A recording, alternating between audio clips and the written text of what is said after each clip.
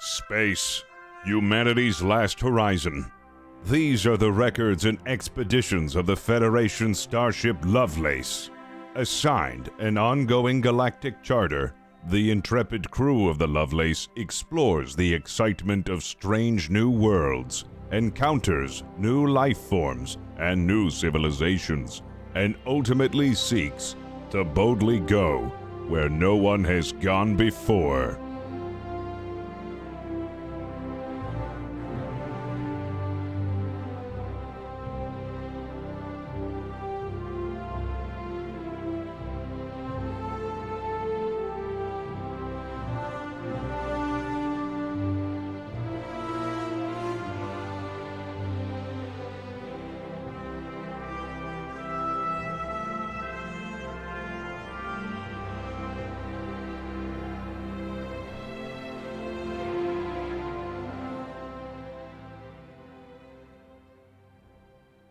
Hello everyone, and welcome to Fable Scraps' Star Trek Adventures Lovelace. My name is Nicotine, I'll be the DM for today, and I want to begin by saying thank you to all of our wonderful subscribers, those of you who've gifted subs, and Salixon for tipping $20. Thank you very much. The crew has been awarded their momentum. Speaking of which, if you're listening to this show on podcasting apps or Spotify or Stitcher, know that we record this show live in front of a Twitch audience every Tuesday at 3 p.m. Pacific. Our live audience has the ability to affect the show in meaningful ways, like the clever deployment of funds in exchange for momentum and threat. Threat points are points that can be used by the DM to create complications or interesting setbacks for the crew. Momentum is a pool of points the crew may use to re-roll or to learn information. They're very helpful for the team here today. Thank you very much for the subscribers. I'd like to go through and introduce everybody. Let's go ahead and start with Captain Lockstead, Fist of the Walrus. If Fist Lockstead sounds good, can I get some ones in chat? How you doing, Fist? Hello. How's it going? My name is Fist of the Walrus. I'm a roleplay streamer here on Twitch, primarily on Red Dead now at the moment, and every once in a while I hop on GTA. I recently finished doing a Christmas movie with one of my characters, and it was pretty fun. Enovan was a big part of that. Robot Retail was awesome. The biggest sponsor of it, but yeah. Super cool. And where can people find your content? You find me over on Twitch, YouTube, and Twitter at Fist of the Walrus. Wonderful. Thank you, Fist. Next up is Lock the Raven. Hey everybody, I'm Lock the Raven. I'm a variety streamer on Twitch. I also get into roleplay, and I'm on the other Fable Scraps show, Doomlore. That happens every... Oh, I forgot what day. Now I'm sad. God. Well, anyway. Friday. There you go. Friday. Thank you. Friday. Oh, it's hard to brain, people. Anyway, you can find me on Twitch or Twitter at Lock the Raven, spelled like it sounds. Perfect. Thank you very much, Lock. Next up is Aaron Black. Excuse me. Hi, my name is Aaron Black. I am an author that recently wrote a book, which is a cyberpunk detective mystery, and much like the game, it is also riddled with bugs. If you want to know more about that, you can go over to my Twitter, which is at Aaron B. Writes. Fantastic. Thank you very much, Aaron. Next up is Enovan. Hello there, I'm Enovan, a streamer here on Twitch. Typically I stream GTA RP as well as some VR games and variety games on the side as well. Wonderful. And where can people find your content? People can find my content over at twitch.tv/Enovan, spelled ENEVUN. Wonderful. Thank you very much, crew. All right. And thank you, chat, for the updates. All right, I think we're ready to get in to the show today. The crew of the USS Lovelace has been underway for a very important cataloging mission of many responsibilities set forth by Starfleet. Monitoring pre-warp civilizations remains a priority. It's important to know when a civilization is about to reach a level of technology that could allow them to become players on the intergalactic stage. Starfleet, therefore, has a vested interest in making sure that civilizations which are considered pre-warp are not interfered with in any way, but monitored so that when the time comes, the Federation can be ready. It is this prime directive that has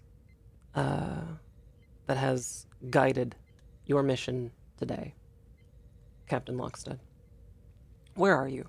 Are you on the bridge in your ready room?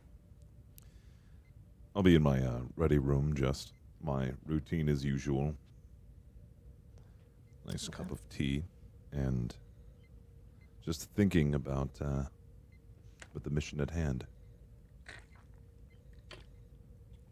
Good.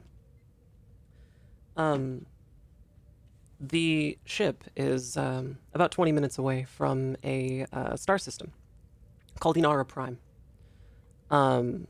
It is a star system that is sort of a footnote in Starfleet's records. Not a whole lot is known about it, and that's one of the big reasons you're sent here. It does contain life, and a civilization has been recorded as being pre-warp there. You are going to confirm that. Inara Prime is situated near the neutral zone, so everyone is a little on edge. Although you are still technically safe in Federation space, intrusions are not uncommon. Commander Herrick, head of security aboard the USS Lovelace. Where are you?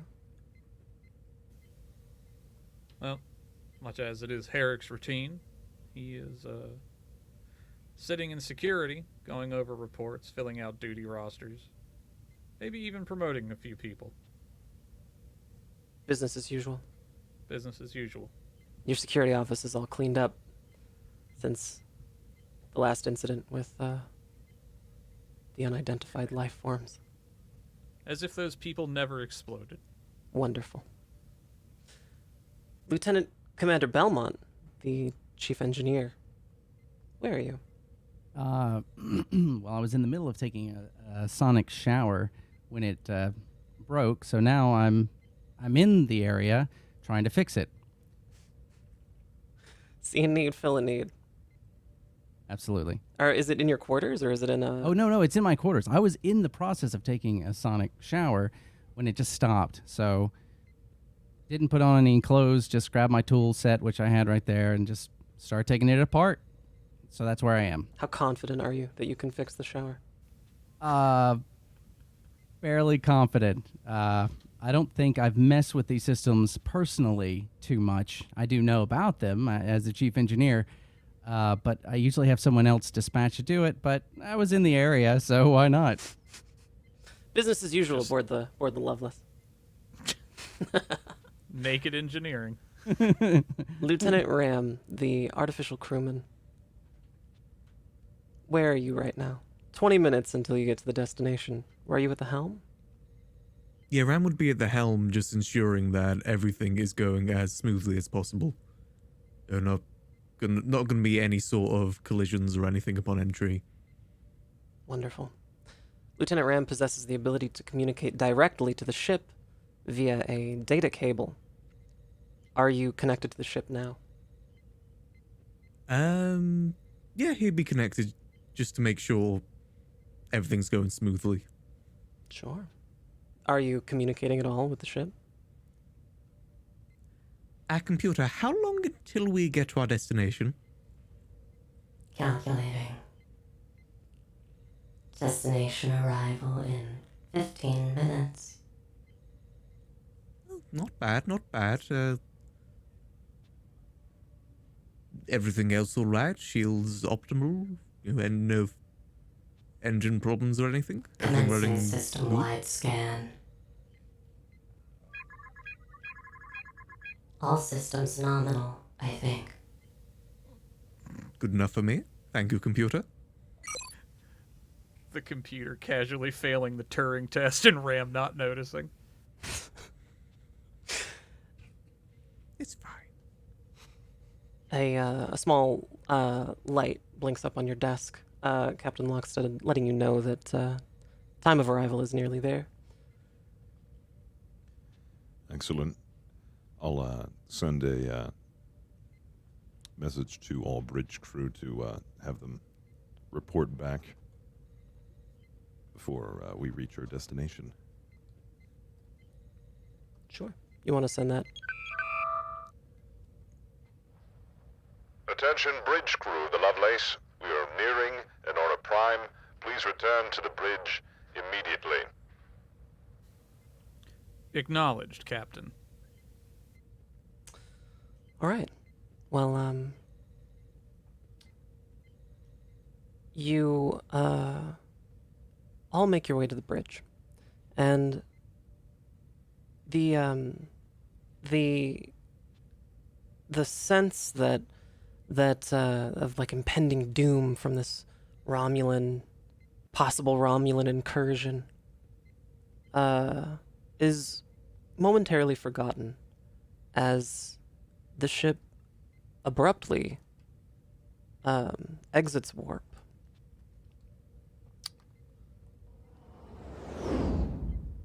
And for a very brief moment, you're all sort of struck by an immense sun. It is scientifically dimmer than Sol, than the Earth sun, but it is a different hue, a red hue. This is a system with a older star, an ancient system. It is not unusual for you to find systems like this, but something stands out to you about this system in particular. Maybe it's how long you've been out on this mission. Maybe it's being struck by this magnificent sight after so long of worry, strife, but every single one of you is struck by it momentarily. What are your next courses of action, crew? That is beautiful. All right, is we kind should conduct a scan of the area. Our mission today is to confirm if there are any pre-warp civilizations here, or if any of them have made it past that point.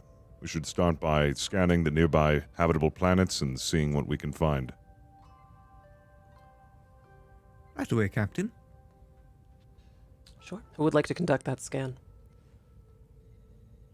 I'll give Ram a was- bonus to Commander Herrick for a tactical scan, or Lieutenant Commander Belmont for a technical scan. But I have no bonus. No, you're driving the ship. You have to drive them close to it, so you're gonna have to do a different roll.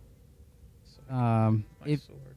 yeah, if we're looking for technologies in general, then I would probably try and do some sort of wide sweep, looking for some type of signals or, radiation levels or something coming from different planets. Sure. Uh, Well, go ahead and give me a roll. Let's have a look at your sheet here.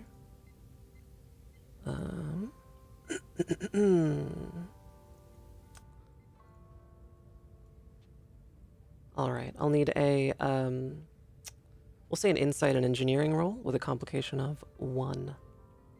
all right.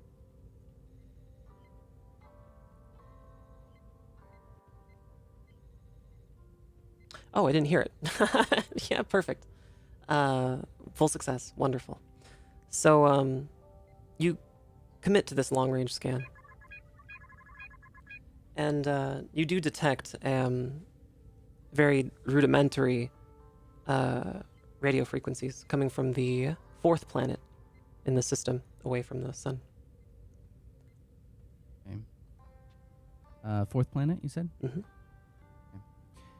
Captain, I am getting some radio signals on a fairly, I wouldn't say narrow wavelength, but it's not, it's nothing special. But it's coming from the fourth planet. Very well. We should go and take a closer look. Let's, Ram, could you pull us close to that planet so we can do some further investigation, see what we're dealing with here? It's probably nothing, though. Usually, these things are. Right away, Captain. Ram, that'll be a roll.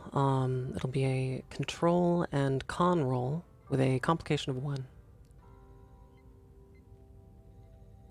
What happens if I fail?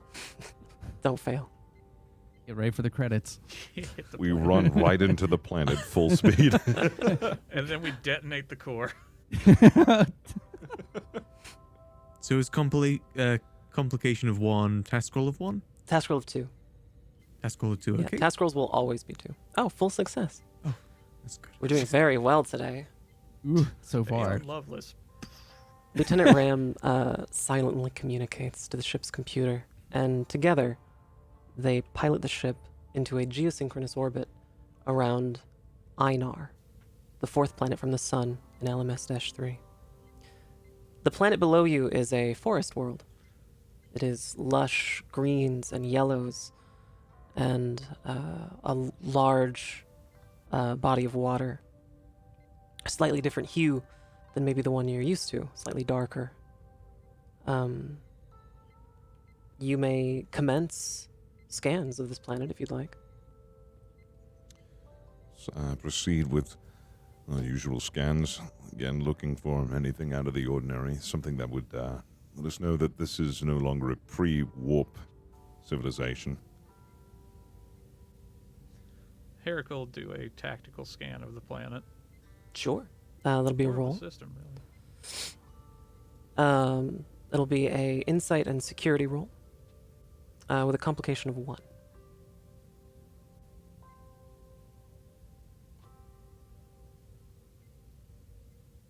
Okay. Partial success. That's fine.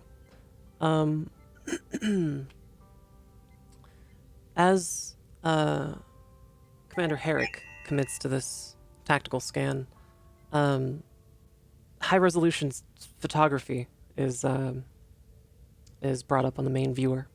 You can see details as crystal clear as if you were right above the people down below. There are lots of people. This geosynchronous orbit has brought you above a town. The town appears to be in the grips of a festival. Its purpose is unclear. And the people appear to be wearing robes and living in houses made of wood. There's a large bonfire, and you can see what appear to be games and drinks. I have a question actually. Can we see from since we can get a pretty good view? Do we have any images of the people themselves, what they look like? Yes, absolutely. They are humanoid. They have a ridge down the center of their forehead. They've all got long hair with what humans would think of as like a receding hairline, but it's all quite long and ornate, braided, and some of them are wearing what appear to be flowers in their hair.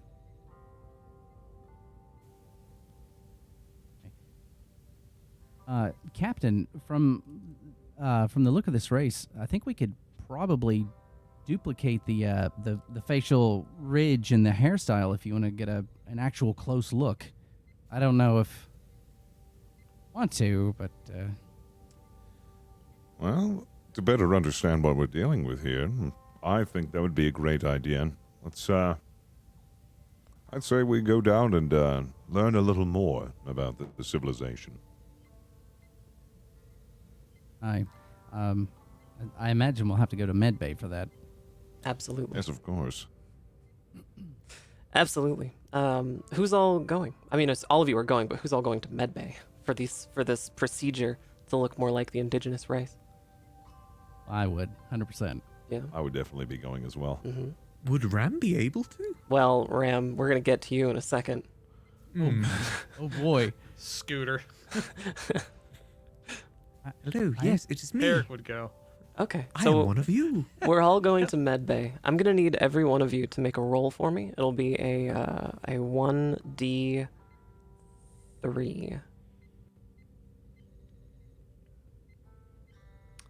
It's like passable. Okay. Oh, nice. So, Aaron, that's a 1.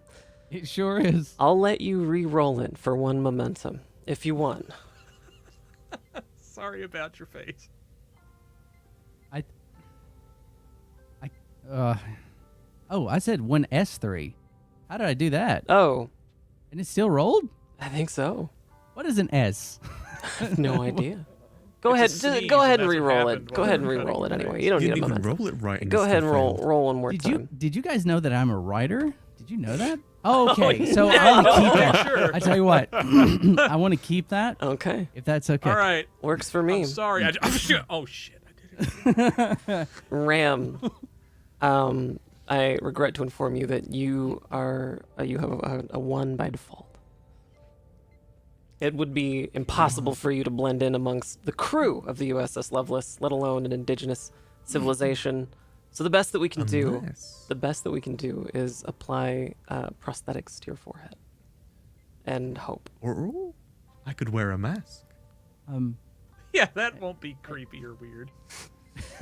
If you would like to wear a mask, I won't oppose it. Are we Was- doing that? Was any of them down there wearing any, like, sort of Oh, face, anything that like covers a the face? ceremonial thing. Yeah. Or you can just wear yeah. the face Some of of the- one of the indigenous some of the people. children were wearing little masks. You could. Innovan heard festival in robes, and now it's eyes wide shut for Ram. Some of the children were wearing masks. You feel like you could duplicate those masks pretty easily in a replicator. I think I'm going to take that route. Instead, I'm going to wear a mask. Okay. Wonderful. And you don't have to you don't have to say this, but am I going to be considered hideous by them? We'll tell them you two live under power lines. Am I a Quasimodo? Whatever. We'll get to that. Okay. You're all in medbay, and you're undergoing a surgical procedure to alter your bodies to look a little bit more in line with the indigenous people. For some of you, like Herrick, the procedure is outstandingly successful, and you would blend right in amongst any of the partygoers. For some of you, like the chief engineer, Lieutenant Commander Belmont, things may be a little bit more difficult. As we finish up here, you're all standing around in med bay with your brand new foreheads, kind of looking at each other. If you want to say anything to each other before anything else happens, now's the time. I think I get like a good look at Belmont's, and I'm just, How does it look, Captain? I'm not sure if it should look like that, but I noticed I've got some I- dents in the ridges. I don't know if that's maybe that's like a genetic trait or something. I mean, this was I'm all. sure. I imagine this was programmed in. Your ridge is really smooth. Herrick's ridge is. It's Eric sharp. is a nice ridge. That is, and the Herrick looks at braiding. Belmont's procedure ridge thing a little disapprovingly until he sees Belmonts, and then he just sort of and makes a note to suggest the surgeon or whatever in medbay enroll in holodeck training when he gets back. Ram has just finished replicating the mask and has walked into the med bay. Oh, How that do is I a- look? that is a handsome mask. Is that made out of wood? Can you I just describe the imagine mask? He's like Lieutenant Mr. Ram? Potato Head. Oh, it's meant to be a festival mask, right? That's right, yeah. Yeah, so imagine it have a lot of bright colors on it, like bright red stripes and a little bit flashy as well, maybe like some feathers on it. Kind of like lining the side of it. Perfect. Make it your own. Yeah, I love it. That sounds great. All right. Well, as you as you're all finishing up down in Medbay, there is a shipwide communication from the ship's main computer. Attention bridge crew. Report to the bridge immediately. Oh, off here it goes. Well, Yeah, well, same. let's get going. Hi, Captain. Yeah. Right away. Everyone gets to the bridge crew, and the ship's computer is lighting up. All of your panels are red. And Commander Herrick's panel has a message on it. Sensors indicate that a Klingon warp signature has been detected above orbit. It is decayed by about 12 hours. Can you give us the probable trajectory of the decaying warp signature? Trajectory determined. Coordinates are on your panel, Commander. Captain, the computer has detected a Klingon warp signature. Oh no. I wonder if it's our friends. So, hold up. Do we still have that one Klingon we stole? No. We sent them. We sent them Okay. packing. Did we give him back? Yeah. You can take a closer look at the scan, Commander Yeah. Herrick, if you would like, with a roll. Yeah, definitely. Yeah. That'll be a insight and security roll with a complication of 2 because it is decayed.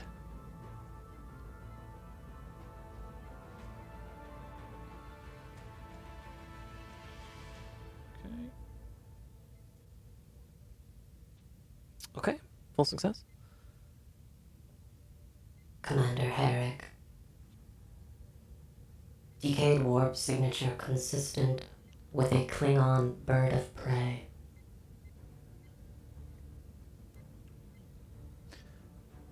The computer has informed me it is consistent with a Klingon warship, Captain. Oh, what would a warship be doing here? Let's see if we can't find that warship. Let's do some further investigation, see what's going on here.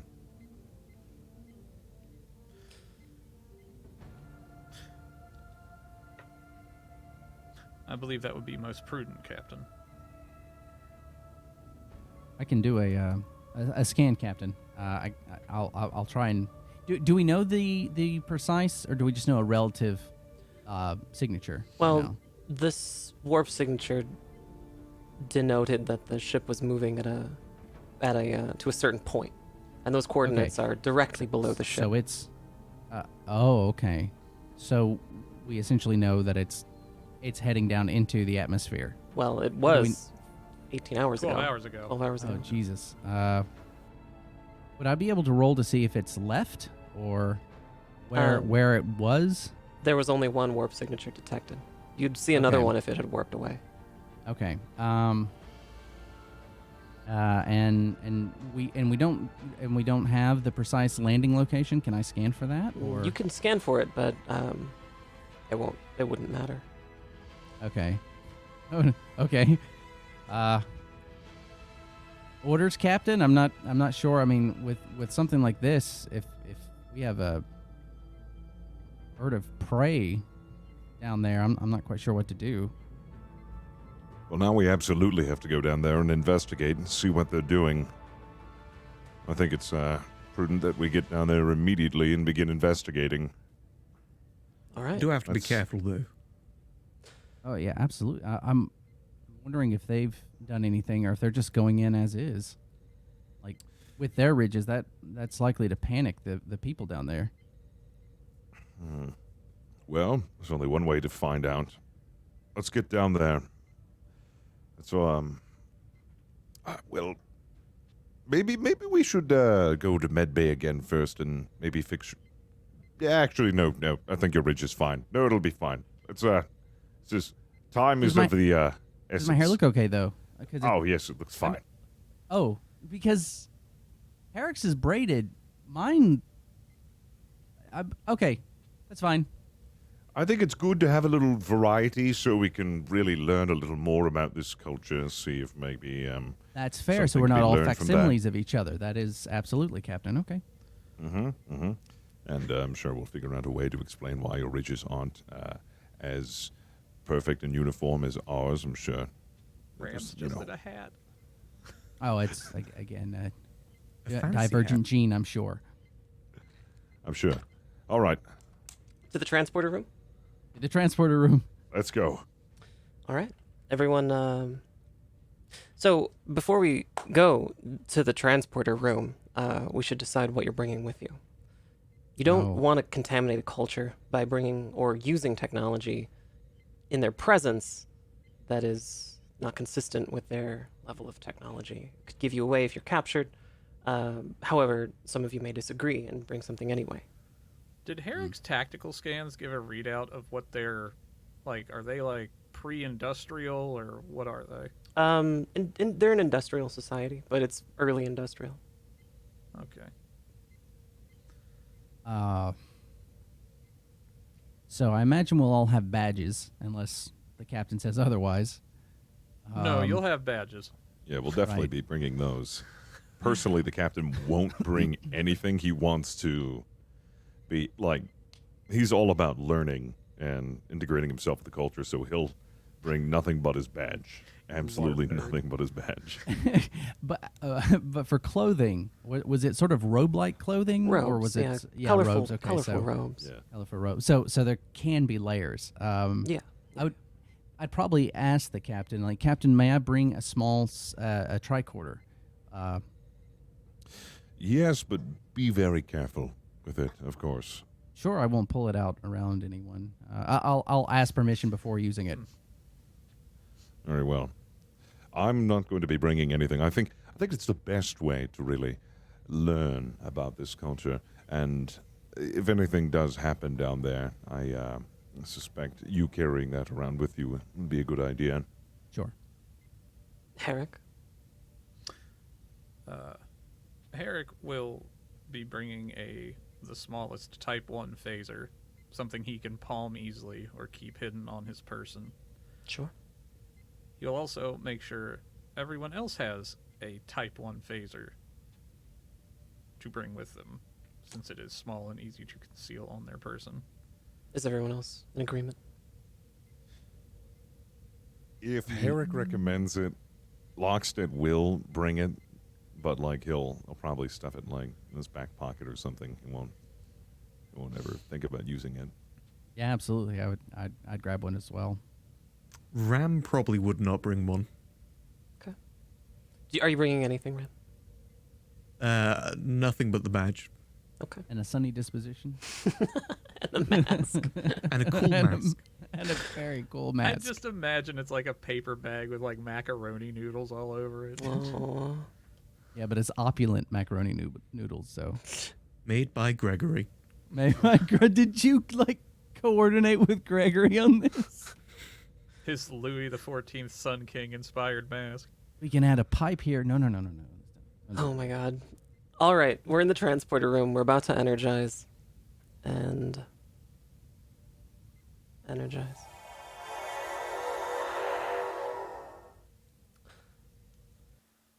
as you're transported to the surface of the planet, you find yourself on a beach.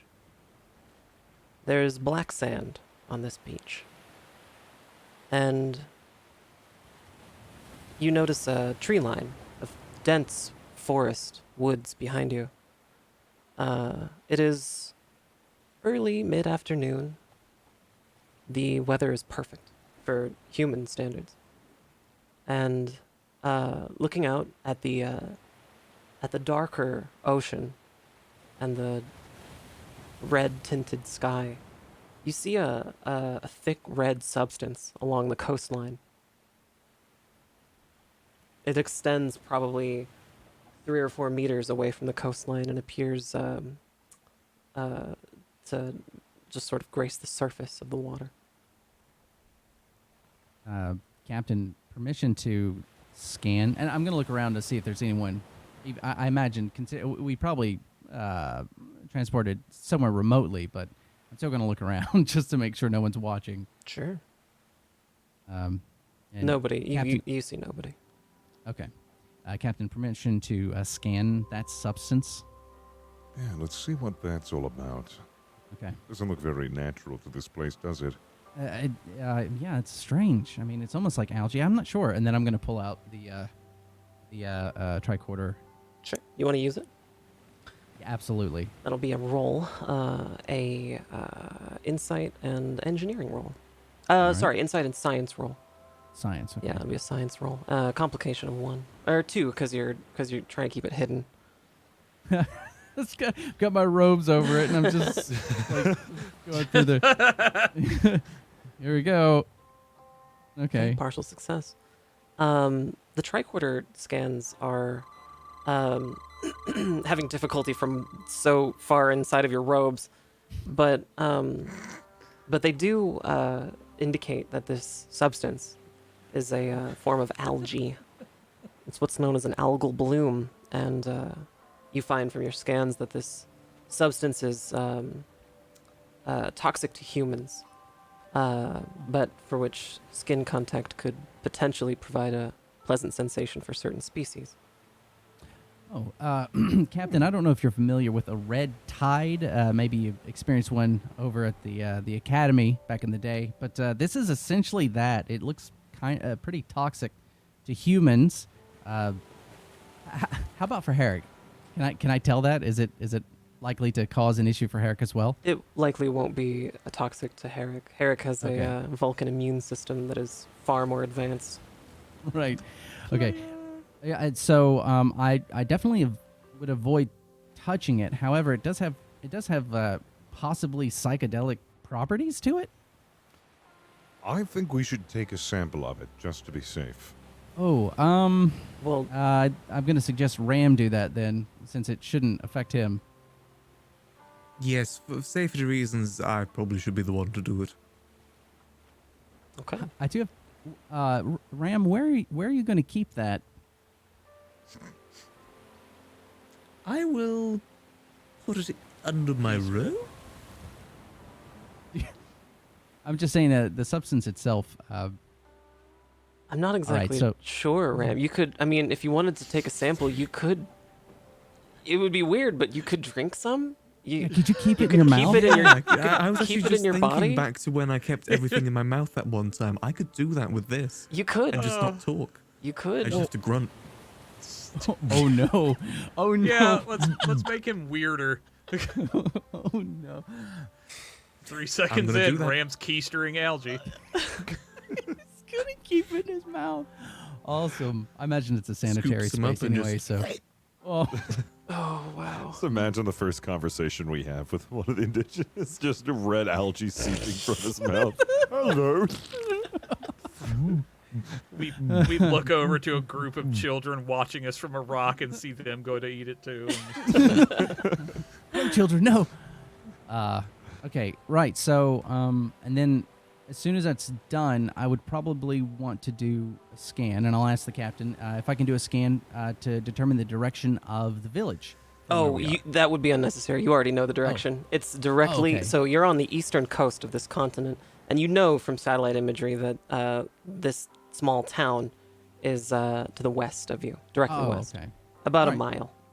May I suggest, Captain, that until we've ascertained the whereabouts and motives of the Klingons, and he looks over at Ram,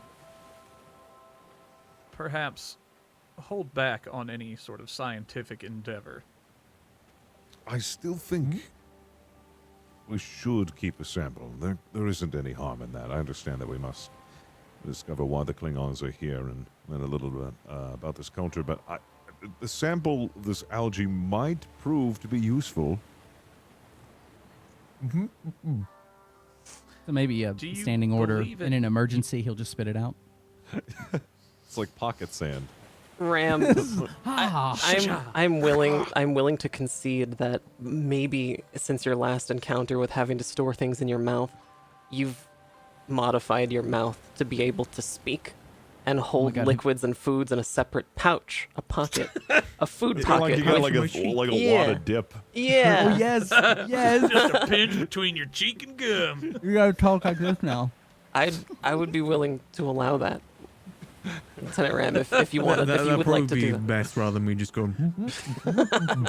Ram, activate your skull wintergreen dip protocol. Yeah. All right, wonderful. So, so Ram has put the sample in the little cheek pouch, and the crew makes their way towards town. You leave the beach area with its black sand and red algal bloom, and find yourselves in a dense forest. In a dense forest. Uh-oh. I definitely had it. Oh, wait, here it is. There we go. It is, darker here. There's an obvious patted down trail, but everything about this forest is soft and serene. Even the ground beneath you seems to cushion you as you walk. The air in this forest is a little cooler and refreshing. And as you're making your way through this through these woods, you spot one of the native people. She's a young woman, and is walking along the same trail, a little bit ahead of you, probably a good 5 or 6 meters. You're starting to get into a more populated area nearer this town, and as you're walking towards the town, one of you, I would expect Lieutenant Ram, hits a tree branch and cracks it, and the young woman looks behind. She's in the same attire as you, the colorful robes. She has a ring of flowers in her hair. And as she turns around to look at you, she does so with a smile. She's very pleased to see you. And she walks excitedly up towards you. And comes to meet the captain first. And kind of looks at him a little quizzically. And just says, "Hello, how are you?" Hello. It's very nice to meet you. I'm doing wonderful. How about you? "What's your name?" "My name's Amaria." I want to think real quick. Let's see. What? My name's Amaria, too. My parents wanted a daughter, and I got it. Greetings, Amaria. My name is Eugenia. It is very nice to meet you. Please, allow me to introduce you to, Herika, Belmonta, and Rama. Hello. She looks at everyone and kind of stops at Ram to kind of like just look a second glance. The terrifying homunculus we have. Where are you from? I'm not familiar with you. We just, actually washed up from an island not too far away from here. An island? Yeah, it's a little ways off the coast. We usually don't stop here. We go a little bit further south. Usually, we sail a fair amount. Oh, did you come for Pashkant? That's why we're here. Oh, wonderful. I'm sure you've heard about it. They probably talk about it everywhere. It's Do they have very famous. Pashkant where you're from? Oh, yes. We just wanted to experience it, somewhere else this time. I'm assuming you do it just like we do, but... Well, I'd love to show you around. She takes her arm and wraps it around Lockstead's arm and just begins to walk the party towards this town along the road. Ooh, very well then. How fortunate that we ran into each other. I was worried I would be all alone this Pashkant, but I'm so happy I get to show you around. I love newcomers. Yes, I'm very excited. I do have a question. How, you'll have to introduce this all to me as if it were new to me, because we do it very differently where I'm from, so I'm all ears. I'm willing to learn. Well, certainly. Do they not have festivals? Well, things just, haven't been as good over my island, so we haven't been doing them as frequently. Oh, you poor thing. I'm so sorry. Well, Oh, that's all right. here. She takes her crown of iridescent flowers shimmering in a very strange way and just places it on top of your head, Lockstead. That should cheer you up. Brainworms. Thank you. I feel better already. Seizure. As she tugs you along on the arm and leads the party towards this town, you come across a signpost that reads, thanks to the Universal Translator, welcome to Lisk. The town of Lisk is a early industrial small town. You can probably guess that some of the products here would be wood, pulp, paper-based products, as there's an abundance of trees. But the town, in this town square area, is beautifully decorated, adorned with streamers and confetti, all types of different paper lanterns and paper ornaments, folded paper, beautiful examples of paperwork.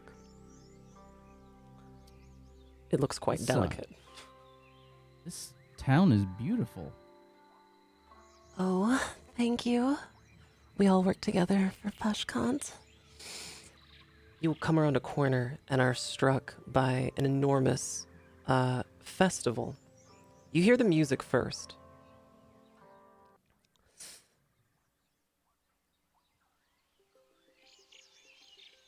It's a band on a small podium. There are microphones, although they're rudimentary. And there are people. So many people. You didn't think that a town this size could support this many people, but here we are. And you suspect that perhaps people have come from out of town to enjoy this festival.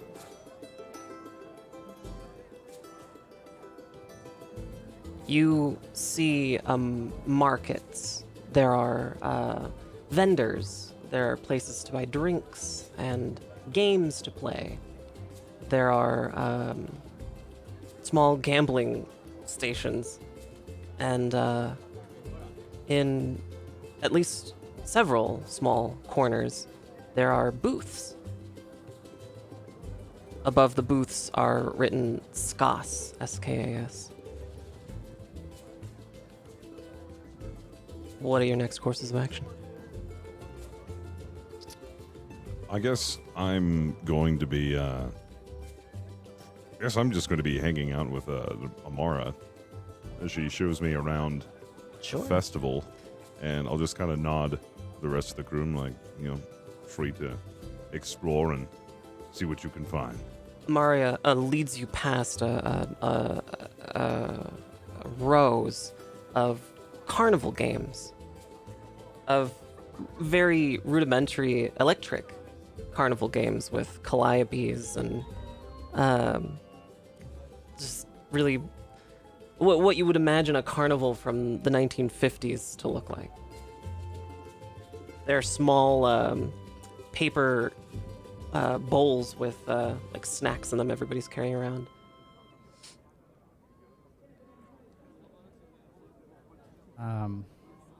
You put a lot of effort into Pashkant.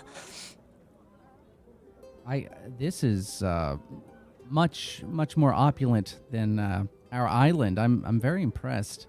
If I can ask, if I were you, where would you go first?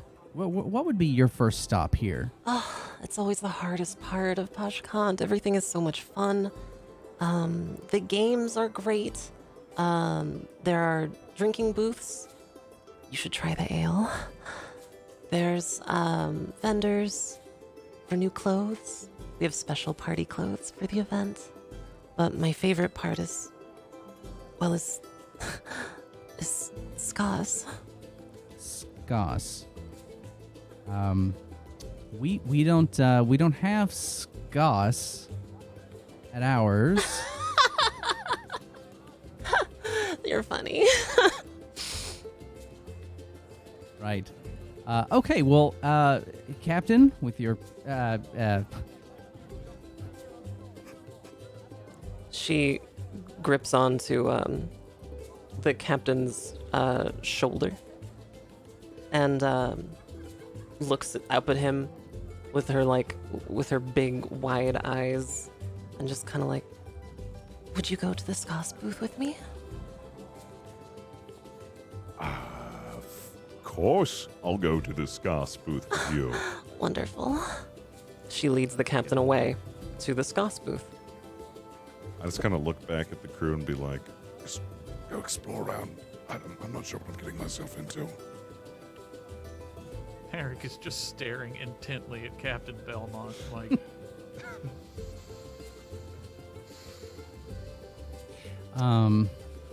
I'd probably lean over to Ram and say, you up for a little gambling?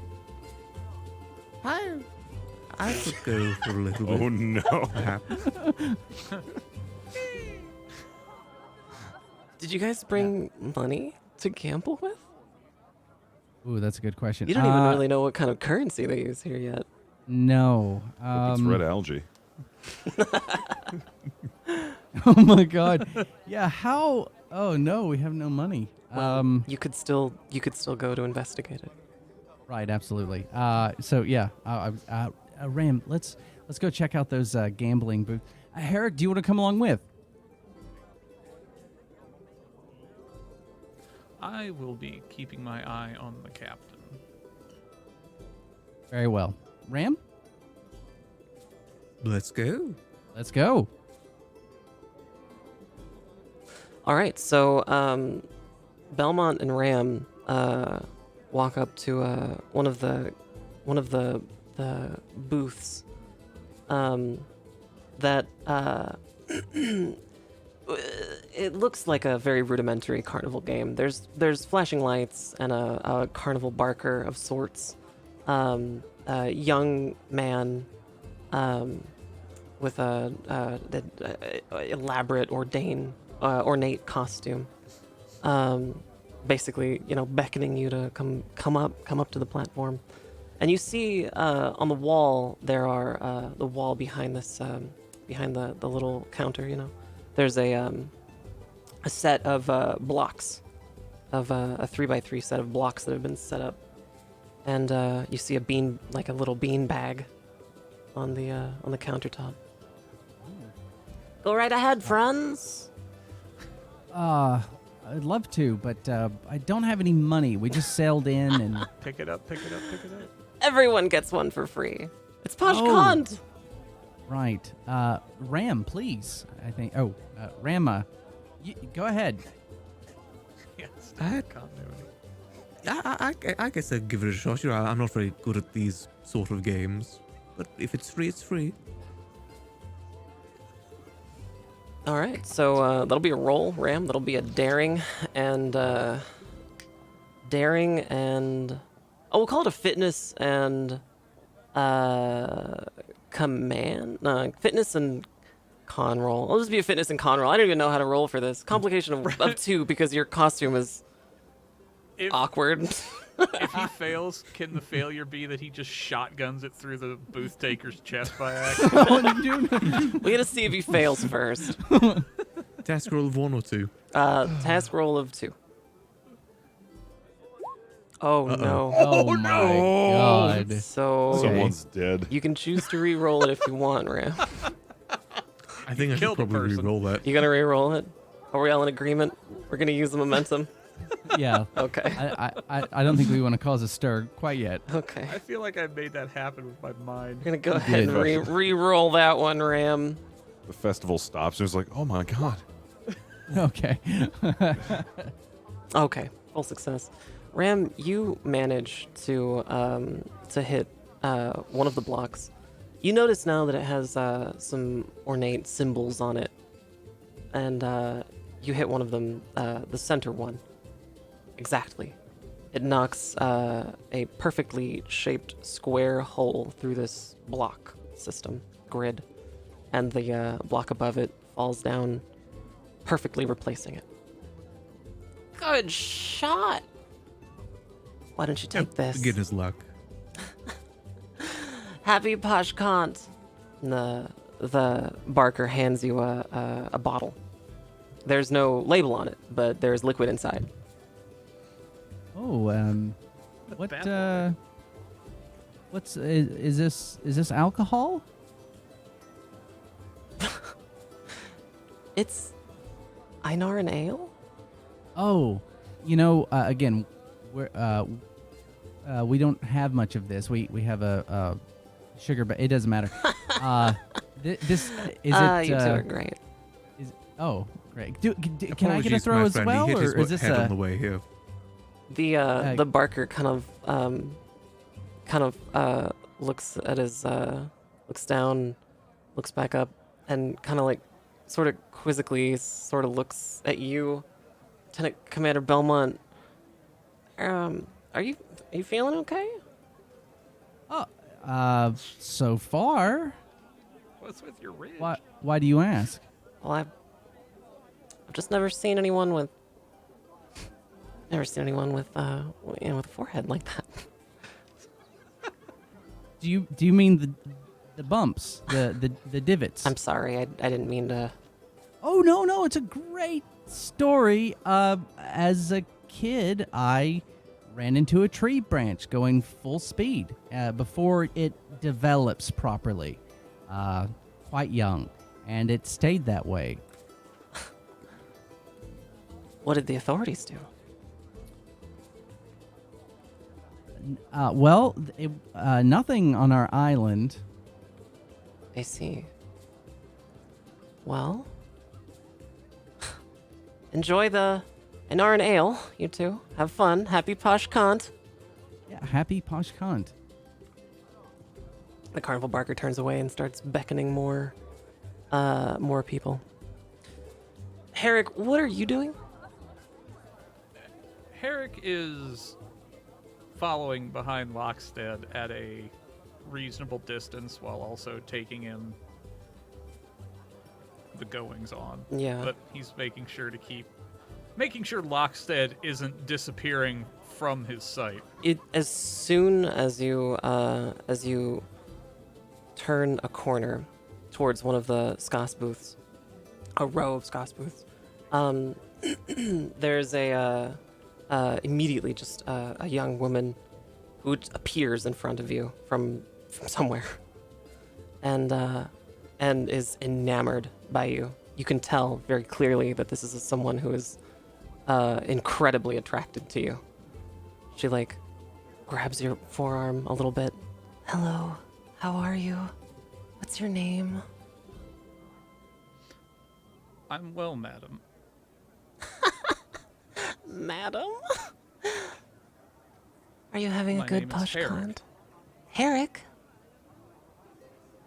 I've Yes. never met anyone named Herrick before. Are you from around here?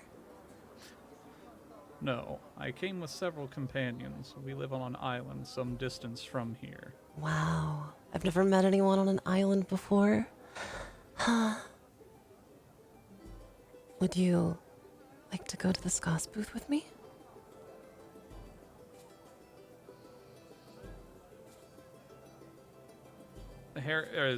Would that take them in the direction where he sees Belmont going, or is Lockstead, or is Lockstead disappeared?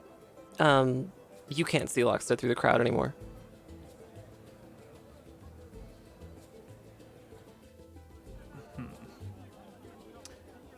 Normally, I would be more than happy to, but I must make sure my companion doesn't get too deep in his cups on Imarian wine.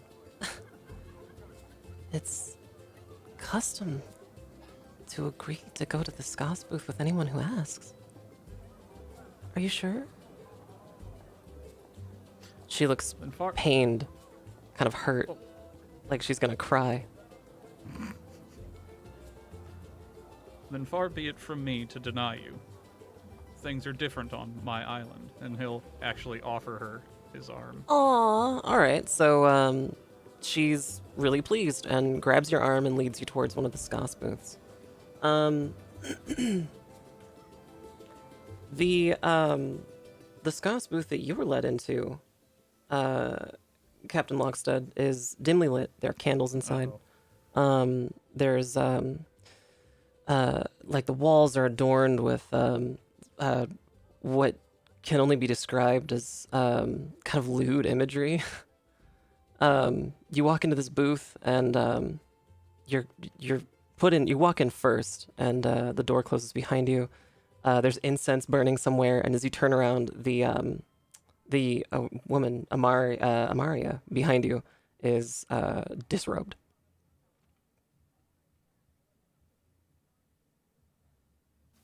Oh, are we? Is this what we're doing now? It's the Skas booth. You know, I can't remember the last time I've attended a Skas booth. What was I? You know what? I forgot. It's tradition before I go into a Skas booth that I have at least a few ales. You know, to really get myself in the Skas. You're funny. And she just Mindset. walks a little up towards you. And she just leans over into your shoulder and just draws like a large breath in through her nose.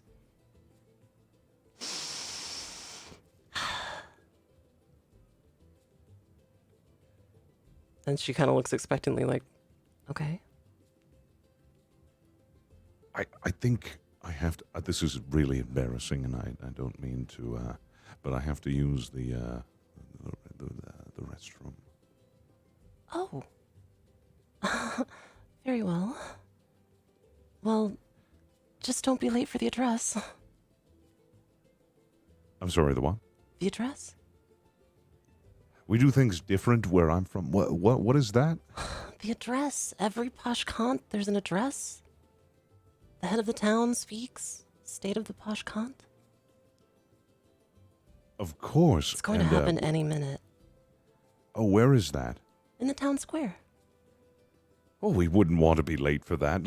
Tell you what, after I've relieved myself and we've attended the address, then we can get back to this. How's that sound? Sure.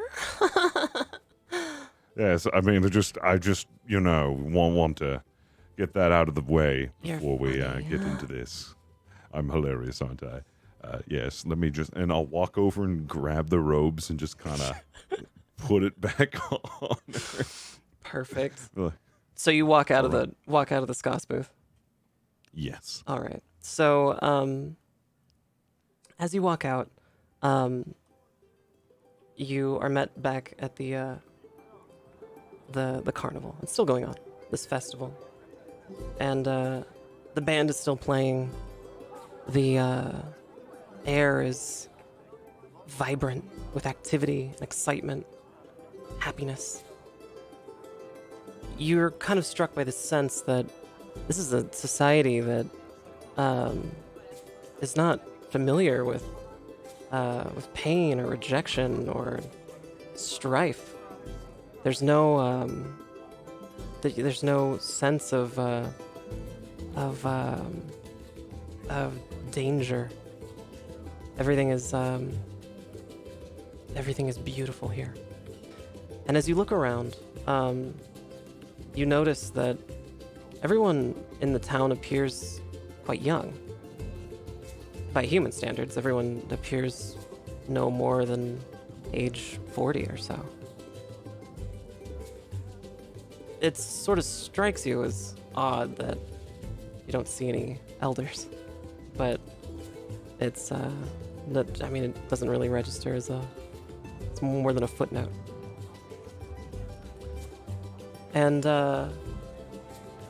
Lieutenant Commander Belmont and Lieutenant Ram walk around the corner and spot you, Captain Lockstead. Just as Commander Herrick walks out of the Skas booth.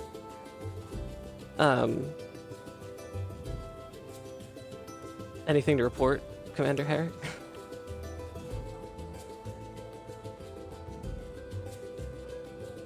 We have some ale. Captain, Commander Herrick. Yes, Ram has a very accurate arm through a beanbag of some sort at a block and won some ale. What have you guys been up to? Fantastic. I found out what Skas means. As have I. You dog, Herrick. I don't follow. You've been enjoying the festivities? Yes.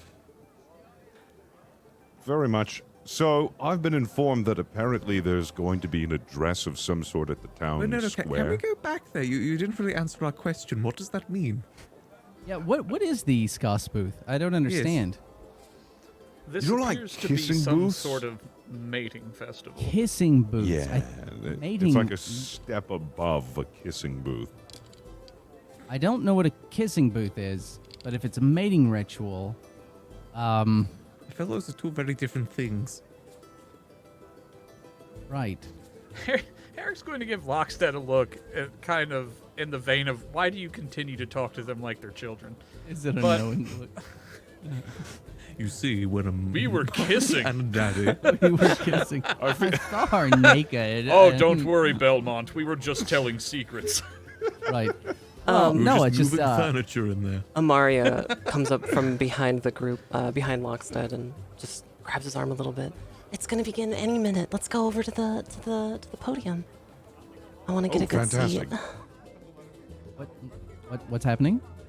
I told you there's an address about to Oh, happen the at the address. town square. Come on. Right. She runs Right, a little bit sure. a little bit ahead, and she's smiling, looking back, happy.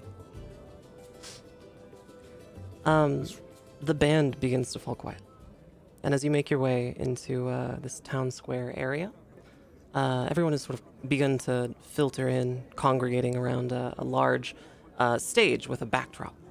It is a backdrop of some symbol.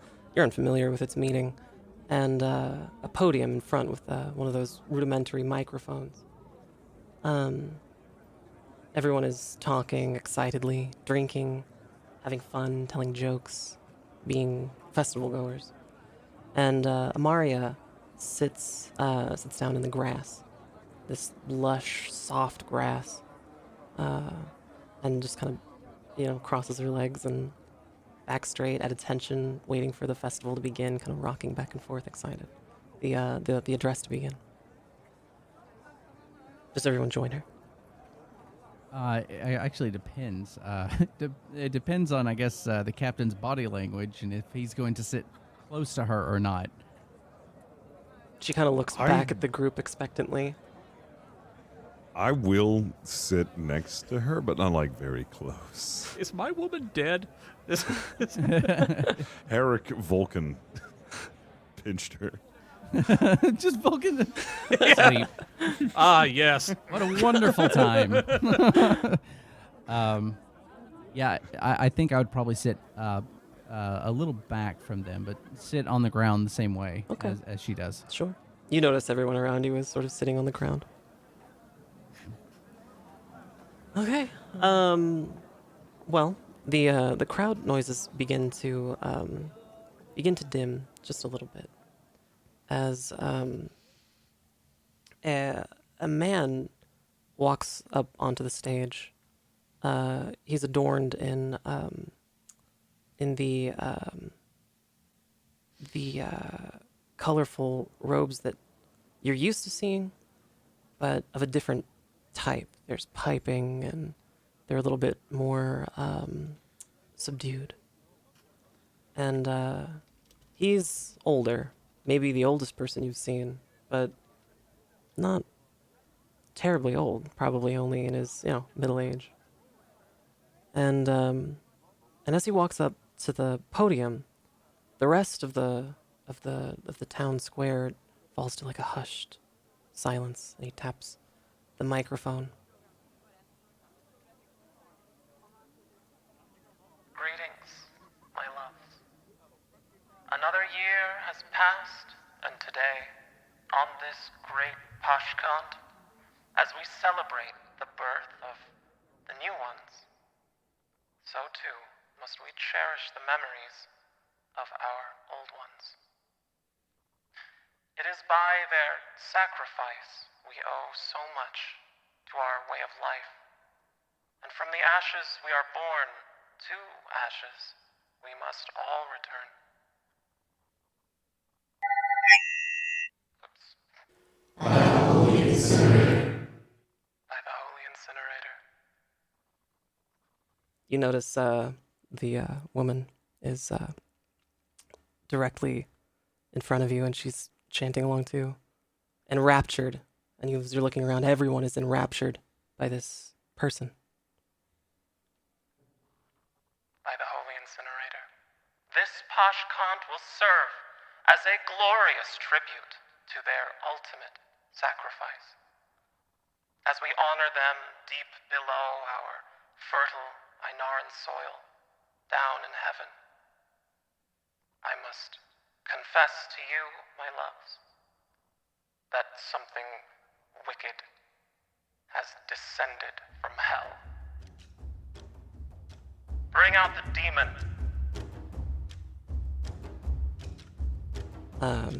A captive is brought out from behind this separator, this backdrop.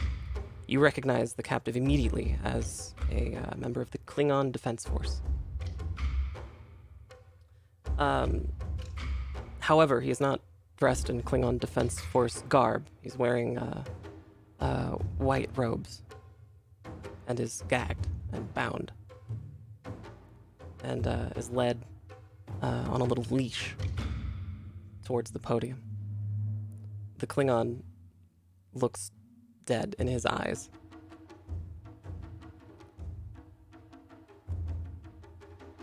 Look, my loves.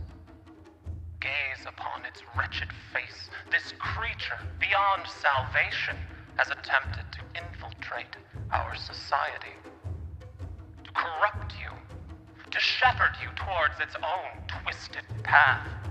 Our hard-working brothers and sisters in the fields saw this creature riding a shimmering light down from hell.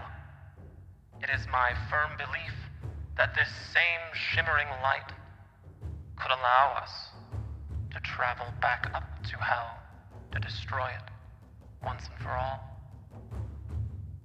Keep your eyes open, my loves. Let us not be driven away by demons. Let us instead give sacrifice to Mother Einar in their name. By the Holy Incinerator. We sacrifice the demon at dusk.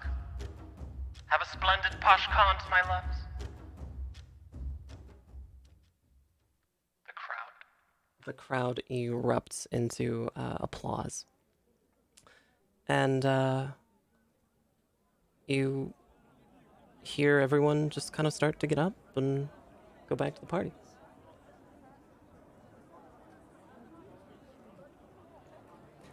And I think this is a I'm really going- good place for a break. Yes. Do you have anything you want to do before we go to the break? I wanted to see if I could disappear, like while that's going on. I want to sneak away from Amara and grab everybody else and just vanish into the crowd. I don't think it'd be possible with how much she's kind of keeping tabs on you. All right, let's have a little Just break. neck pinching everyone. We're gonna go have a little break. When we come back, we'll wrap up the story. I'm very excited. We'll be back after this very short break. Thank you.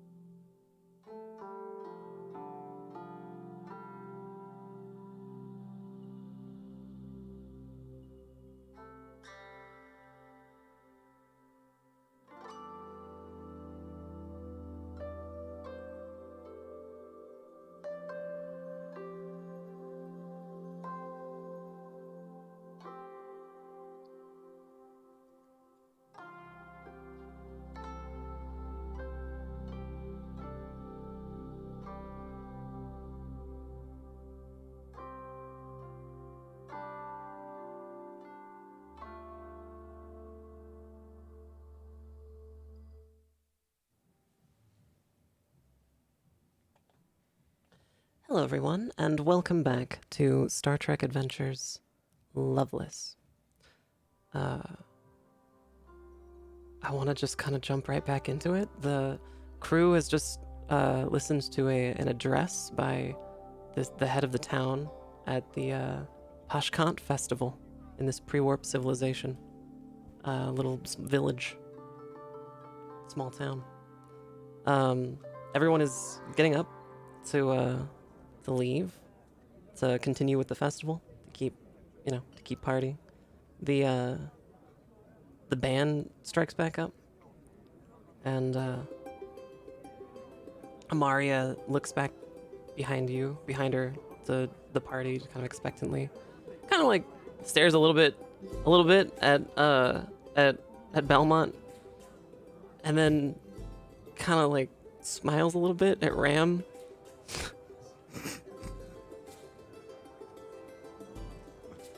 And just kind of looks at him. She's like, "You're not one of those demons, are you?"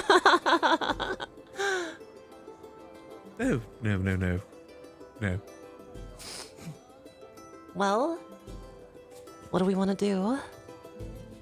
Wow, that speech was very powerful. I can't believe I know. somehow a demon got here. It's awful. All of our Scary. hearts belong to Rosk. He's wonderful. Yes, he is. Where are they keeping this demon? It's not going to escape, is it? Where are they keeping No, it? it's very safe. I don't know. I suspect in the authority office. I feel comfortable if I knew where that demon was. It's just As long on as my it's mind away now. from us, right? I know. I just want to make sure it stays away from us. Who might I ask just to make sure this event is safe? I'm very anxious. Well, it's very safe. Nothing bad ever happens at Pashkant. I know, but this is my first time. I just don't want it to get ruined. Is there anyone I can talk to just in case I see something? Well, certainly. You can always talk to the authorities. She just kind of motions over to several people who are like sort of walking a little bit slower or standing at posts. Their uniforms are a slightly different color. They're a little bit more subdued colors, more earth tones, and they look very fit. Excellent. I think I'm going to go and chat with my friends here real quick, and after that, give a little chat there, and then I'll be right back with you. How's that sound? Okay. I'll be waiting. I'm looking forward to it. Come on, let's go over here, guys. Come on. Sure. I'll, Yes, he'll be back to Skas soon. Mm-hmm. You're funny. So you make your way where? Try to find like a just like the outside. It's like right near the edge of the festival. Mm-hmm. Maybe behind like a booth or something, or like a. So- just As you're walking away from this town square to kind of get away from the crowd, you notice that there are two security authorities. There are two authorities, sort of leading this captured Klingon towards a building. It's ornate. There are columns. It doesn't look like the rest of the buildings here. It looks decorated and painted in a way that would suggest it looks that way all year round. And it's much taller than the other buildings, maybe the tallest in the town. It has points on the top in a straight line down the pitched roof. And it is this building where the security officers are leading the captured Klingon. One of them waits outside. and you're a good, I don't know, maybe a block away.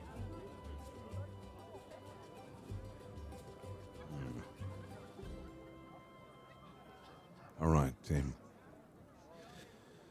We need to be very careful about this, but we need to save that Klingon. Have any ideas? Yes. Might be able to transport them if we can get a lock. Maybe be able to single out a Klingon. We'd have to ask. Yeah,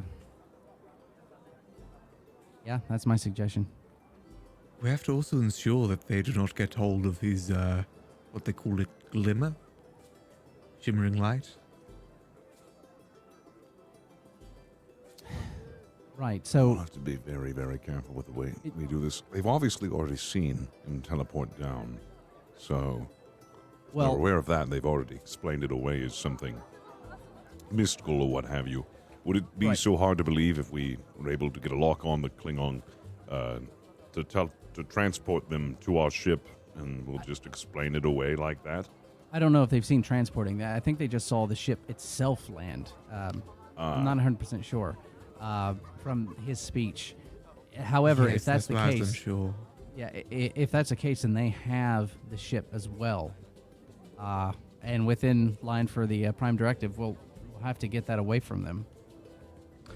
Yes, they were saying that it could take them to space, to hell. So I'm assuming they have the ship. Commander Herrick, you have not stopped watching the Authority office, and you notice that the one of the Authority members has walked out of the main doors, gestured to the other Authority officer, and walked away. So there is one Authority officer standing in front of the doors.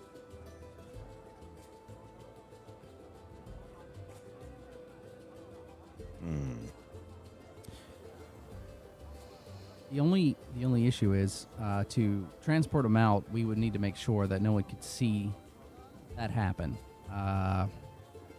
Even though, yeah, they could probably explain it away, we'd have to try and reduce our impact as much as possible. So if we can get eyes on the Klingon, but I'm not sure that building over there. It looks a lot like an old American-style church with how ornate it is. I don't know if we'd be allowed to go in there, but we can try. Maybe it's a place of worship. Possibly. We do need to discover where the ship is. If at all possible, the best case scenario is that we're able to free the Klingon captive and see if we can't find out if there are any more being held captive, and then they can leave on their ship. That's the best case scenario that I can think of. Right, before dusk and what was it? The holy furnace? Yeah. Incinerator. Incinerator. Right. My guess is that there's only one of them, considering they just mentioned demons singular, not demons plural. Oh, Oh. Do you think Well- they killed the others, or it was only Oh. one? I highly doubt it, Captain. Yes, by the sounds of it, this is a very ceremonial thing. To banish the demon, they wouldn't just simply kill them. right. All While right. it is imperative to preserve the Prime Directive, I believe if these people are allowed to carry out the ceremony they wish to, the Klingon Empire will not respond kindly. No, they will not. Okay. I think it's imperative that we get in contact with the Klingon captive, release him, escort him to his ship, and see him safely away. Could I scan the area for the ship itself? You wouldn't. You could try. You wouldn't I find imagine it. there's electrical interference and whatnot in this Yeah. little town as well. Yeah. Okay. Well, so there's a Yeah, lot of I'd people, assumed, and okay. All right. Yeah. I'm not gonna try it. it is a small town, though. You could ask someone. Oh. Everybody talks in small towns.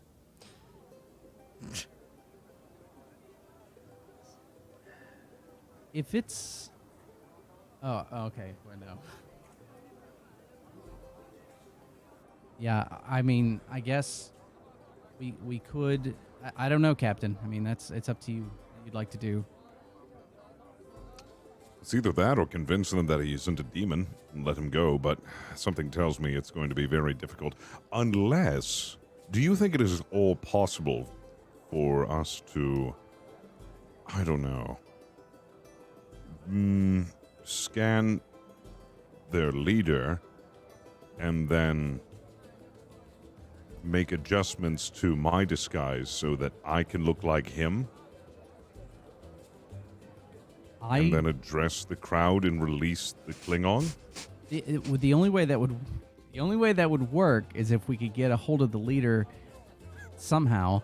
And I think the problem is after the fact. I think that's a great idea, but eventually it's going to come out that he did not make that speech, which will probably feed into the demon and will further contaminate their culture. So I don't think that's the best idea. What if we just start replacing people? So hear me out, pod people. So no, I mean, I we could probably, I mean, again, we could try at least to see if we can get a lock on him. Maybe scan the building itself around him, and if no one's there, maybe we can pull him out and then just ask him from the ship. I don't know. Okay.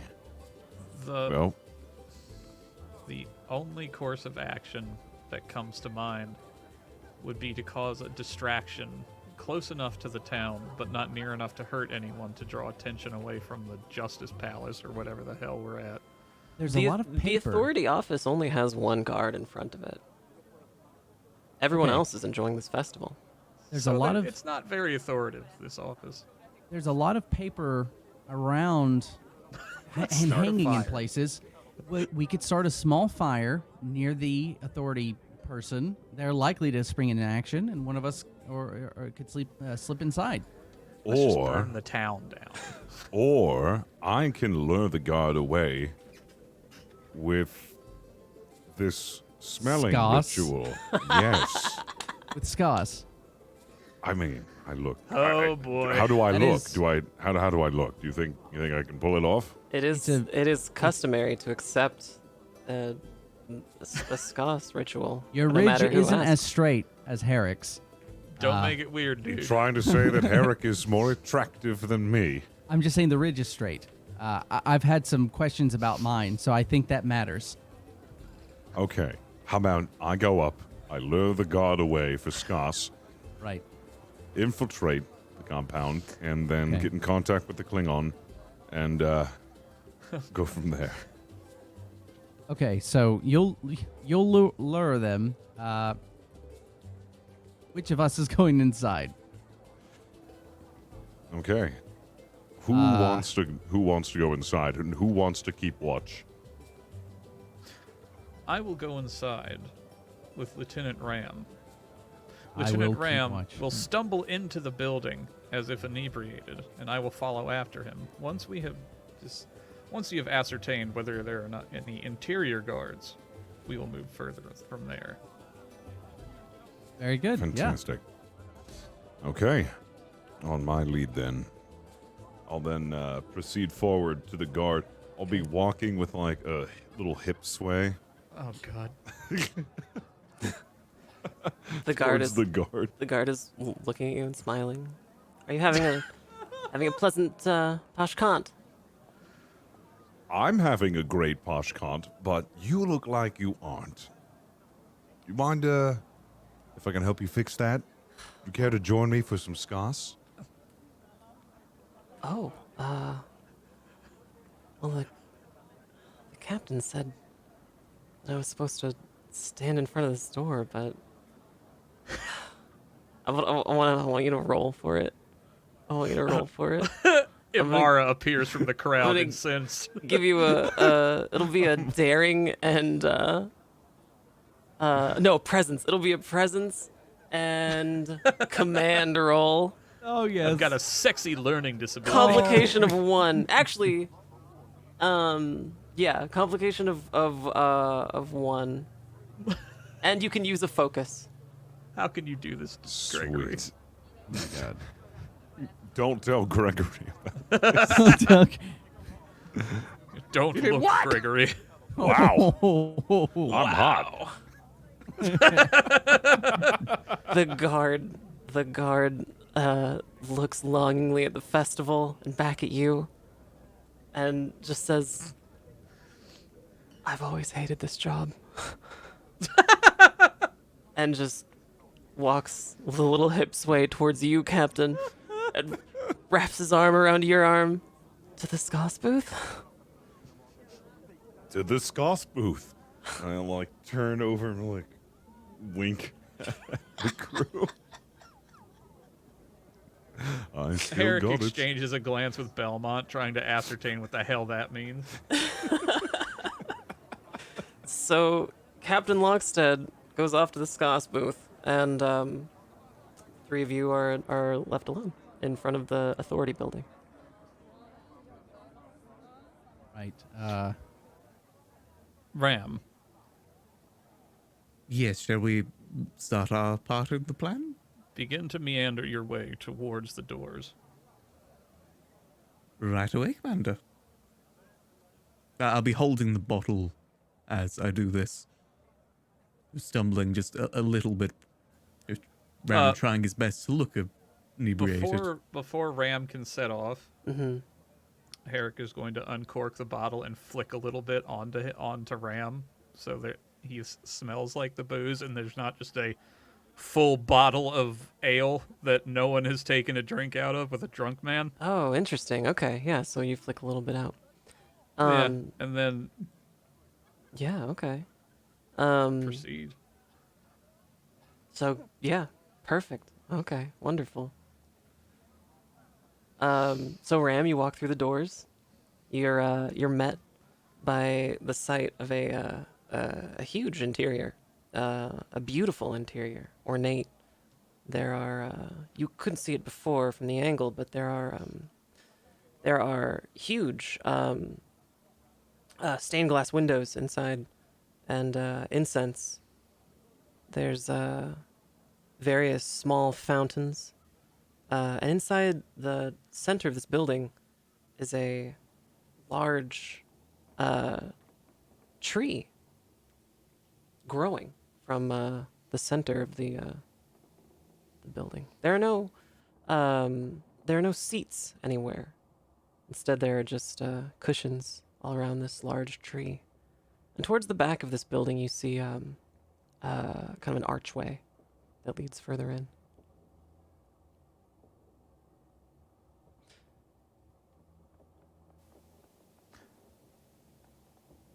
Continue with the plan.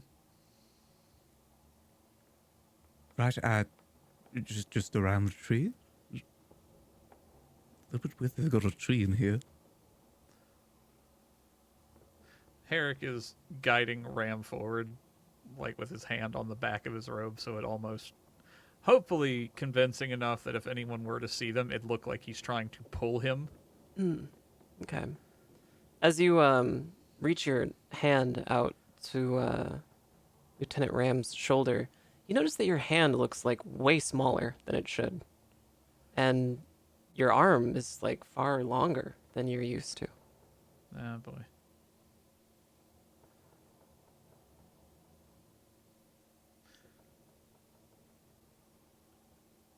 And at this point, Herrick is going to look at the sensors of incense that are going off.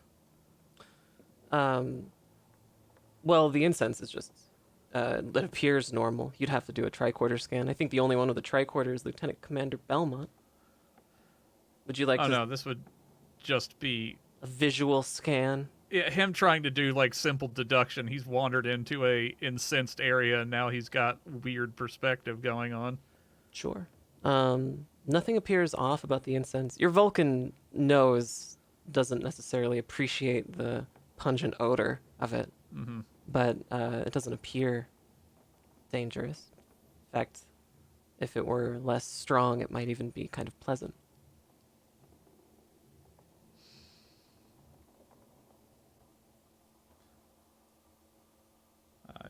Everything all right, Herrick? Huh? Something is not right. My limbs appear to be a different. My perspective is shifting dramatically. I do not believe I can continue further into this building. You are still capable of moving and walking around. It just appears like a fun house to you a little bit. It's not terrible. Like, you could still walk, but So he's not unwell? he's not unwell, but Okay. it is odd. Would probably make aiming a little difficult if you had to aim something. Good thing I'm proficient in kicking ass analog, so... Where's Lieutenant Commander Belmont? Are you still outside? Yeah, I'm Skas booth. standing. I'm standing probably close to where the authority member was. Not in the same spot, but definitely close enough to the door that I can get to it before someone else does. Sure. Peeing on the building. Yeah, definitely look like just a lurker off to the side. Okay. Just keeping an eye out. Some lumpy ridged weirdo Yeah, hanging I out by probably the look like door. a super creep. When it's Skas, and everyone's like, no, definitely not with you. Herrick will just then proceed further into the building with Ram once he's steadied himself. Sure. So you're walking further into the building. At any point do you call back for Lieutenant Commander Belmont just to say the coast is clear? You don't see anybody in the building. No. Okay. Because to call back out may inadvertently alert someone. Okay. So you make your way towards the back. You see what appears to be a jail cell made of wood. It's like a large it's a room, basically, a large closet, but the cell door is made of wood. You can see through slats, and you see the figure of a Klingon, motionless and lying on the floor. Is it the same one? It appears to be the same one, yes.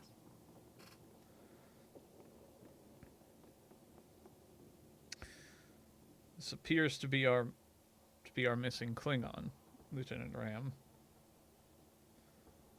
Although, I will It say, seems. Herrick is slightly weary of the fact that they just have like a wooden door to contain him. Yeah. Things usually aren't that easy. At Lieutenant Commander Belmont's position outside, there is a sense of urgency that you're feeling, but it's not unreasonable to suggest that you'd be sort of fixated on what's happening inside. Yeah, kind of waiting for the go ahead to go in. At that moment, Amaria walks back up to you from seemingly out of nowhere and just kind of comes up to you and with wide eyes just kind of looks up at you. Forgive me, but I've never seen anyone with ridges like that before. You haven't. No. They are unique, and I pride myself in them. Wow. It's good that you can walk around with so much confidence with them. Well, you work with what you have. Well, normally the Authorities would incinerate you. I'm sorry? The authorities. They would incinerate me because of my ridges? Yes, you would be sacrificed to the holy incinerator. But that won't happen today? Well, if you haven't been apprehended yet, Right. I'm sure it's fine. Oh. Okay. Do you guys have any headwear by any chance? You're funny. Do you want to go to the Skas booth? Oh boy. Well, I tell you what, I would love to, but I'm supposed to meet up with someone at the Skas booth in a little bit already. We can join them. Well, they want to exclusive Skas. I know it's very strange, but you know, when someone asks, you have to. Exclusive. One of your island friends. Yes. The one with yes. Wow. How different. Yeah, it is. Well, you know, our culture, we're very free with our Skasing. Well, can I get you anything? Would you like some bloom? Bloom. Sure. What is that? Einar ale. Oh, right, of course. Here, I have some with me. She reaches into a Oh. little pouch and just hands you a bottle. One that looks identical to Lieutenant Ram's. It's filled with Right. a red tinged substance, liquid. Can I offer you some first? Oh, sure. I'll uncork it or whatever I have to do, and then and Sure, hand it yeah. back. She takes the bottle and takes like a sip out of it, Okay. puts the cork back on, and sort of rubs her face a little bit. Get any left, and you notice that her pupils dilate. Oh, gosh. It's Right. really good this year. Is it? Yeah. Judging from the color, it definitely looks very rich and bold. So maybe I shouldn't sip any just yet. This seems like a something that I should drink whenever the incinerator goes off. Oh, You know, Well. to really experience it at that point. if you insist. Yeah. Do you want any more? No, I'm okay for now. That's enough. Okay. I'll go back to the festival, but I hope I get to see you later. Oh, absolutely. You know, after that, Skas, I'll try and find you. Wonderful.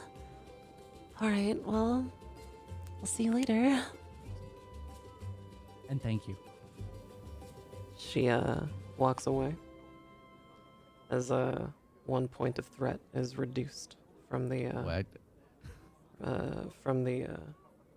meter there. Just From you know, 3 down Belmont to 2. Belmont has like the sweats so bad. Right. Sweating all over his ridges. I just imagine Belmont flop sweating like Ted from Scrubs. Just wet. All right, well, Hi, Nina. back inside the church there, the authority office.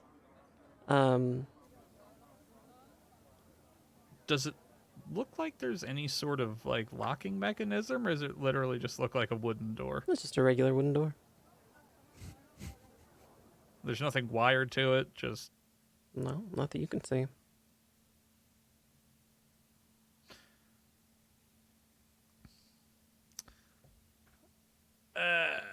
boy.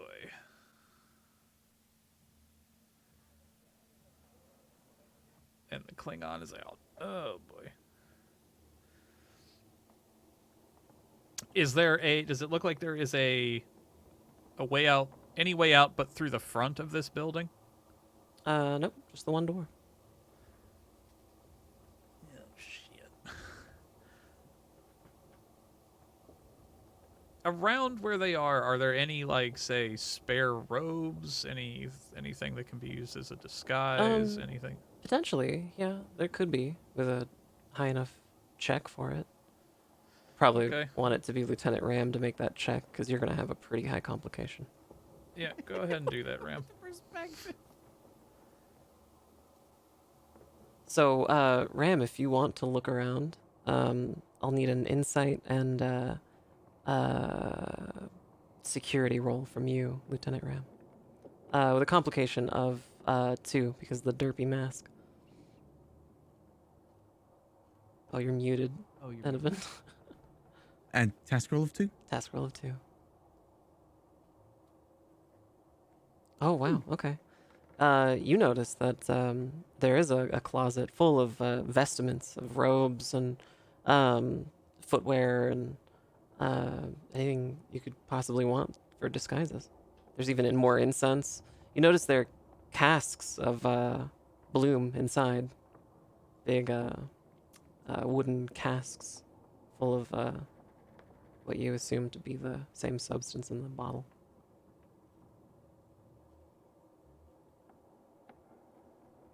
Okay.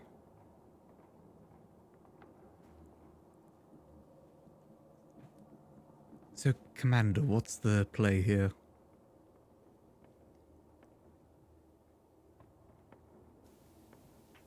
As best as we can, the only thing I can see as a viable solution is to disguise the Klingon and try to remove him as quickly as we can from the building, if not further out to some remote location in the forest, and beam him to the Lovelace, and then release some sort of broad spectrum, and then attempt to contact the Klingons on the planet via whatever subspace band we can. But we must do something quickly. Ram will notice that Herrick is talking to where he should be if he was 3 feet to the right. Right. It's at this okay, moment that the captain walks up through the door with Lieutenant Commander Belmont, kind of at a brisk pace towards you. Captain, you have been informed that the guard that you shared a Skas with was fired, and it will be a very short time before he is replaced with a new one. Well, he did hate his job, so there is that. Anyways, As we one need to hurry this threat along. meter is reduced from the board, down from 2 boy. to 1. Right, let's We get need this to done hurry quickly. this along. Yes, because Yes. there's going to be a new guard coming in. Maybe one This- who doesn't hate their job so much. Herrick turns to Lockstead and is looking a foot to the left of where his face should be. Is everything appear all to right? be affected by something in this building. But Are you getting high? I No. think he is. I'm in Captain. complete control of my faculties.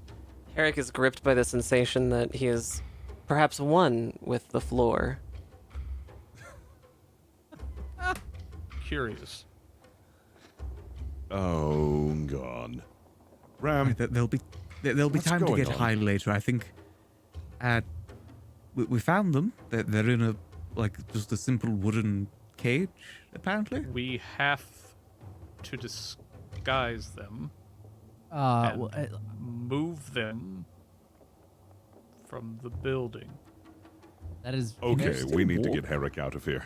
Yeah, I would like to You try and want me to contact the carry ship. Well, hold on. I'd like to try and contact the ship to see if they can transport us out of here. Not in the building. We have to move him outside. Does All Commander right. Herrick not want us to transport from within the building? We are going to need to move outside of the building and then transport quickly. Go ahead Very and good. throw those robes on the Klingon and Sure. let's escort him out. am I affected? Is the captain affected by No, the same you thing? two are that- fine. We're fine. Okay, so I'll probably, if there's a little pile of robes or whatever, I'll probably gather them up and I guess go to open the cage. Sure. Yeah, it's a very regular door. He just swings right open. Inside is a Klingon lying on his back on the floor. You see some spittle running out of mouth, and if you look at the Klingon's eyes, which are open, you notice that the pupils are very dilated. Oh, Captain, he is under some type of substance. We're gonna have to, Ram. We're gonna need you to carry him, or at least try and make it look like he's walking, which I think you have practice with. So Yes. Grab him by his yes. hips and then just kind of shuffle him along. right. So I'm going to, I guess I'm gonna try and,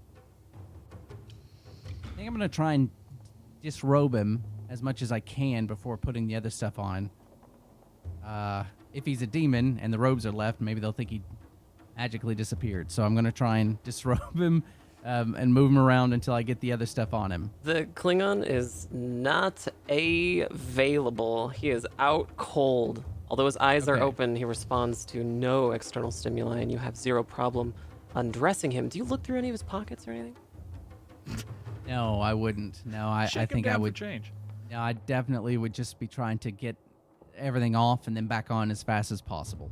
Okay. Well, does anyone else look through the pockets? There's those of you who aren't. Not unless I saw something like. Well, you see the that underneath the ornate or the white robes that the Klingon was wearing earlier, that he had the Klingon Defense Force uniform on, and you know that there to be pockets and places to keep important items, kind of like The Starfleet. keys to the ship. Yeah, maybe. He's the Yeah. ship. Okay. As one threat is added to the board. Oh no. Okay. Quickly. So I don't think I would. Yeah, I wouldn't be thinking about that. I would just be trying to get him clothed. Sure. So There are probably pieces of technology within the fabrics and yeah, pockets. Did he have his KDF uniform on under those robes? Is that Mhm. what you just said? Yeah.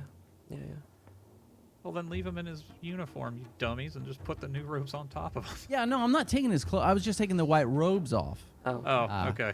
Sure. Yeah, Sure ain't sorry. That naked. Sorry. Yeah. No, I was. This isn't a Skas booth. Yeah. Yeah. No, Jesus, Belmont. I've smelled him. I'm done. So. He's But that finished. wasn't with consent. I'm gonna get in trouble. No, I'm just gonna put the Did you just make a smell pun? Yeah, I'm just gonna put the robes on him, and then yeah. So whatever's on his person should still be on his person, Sure. or his Klingon, I guess. Okay.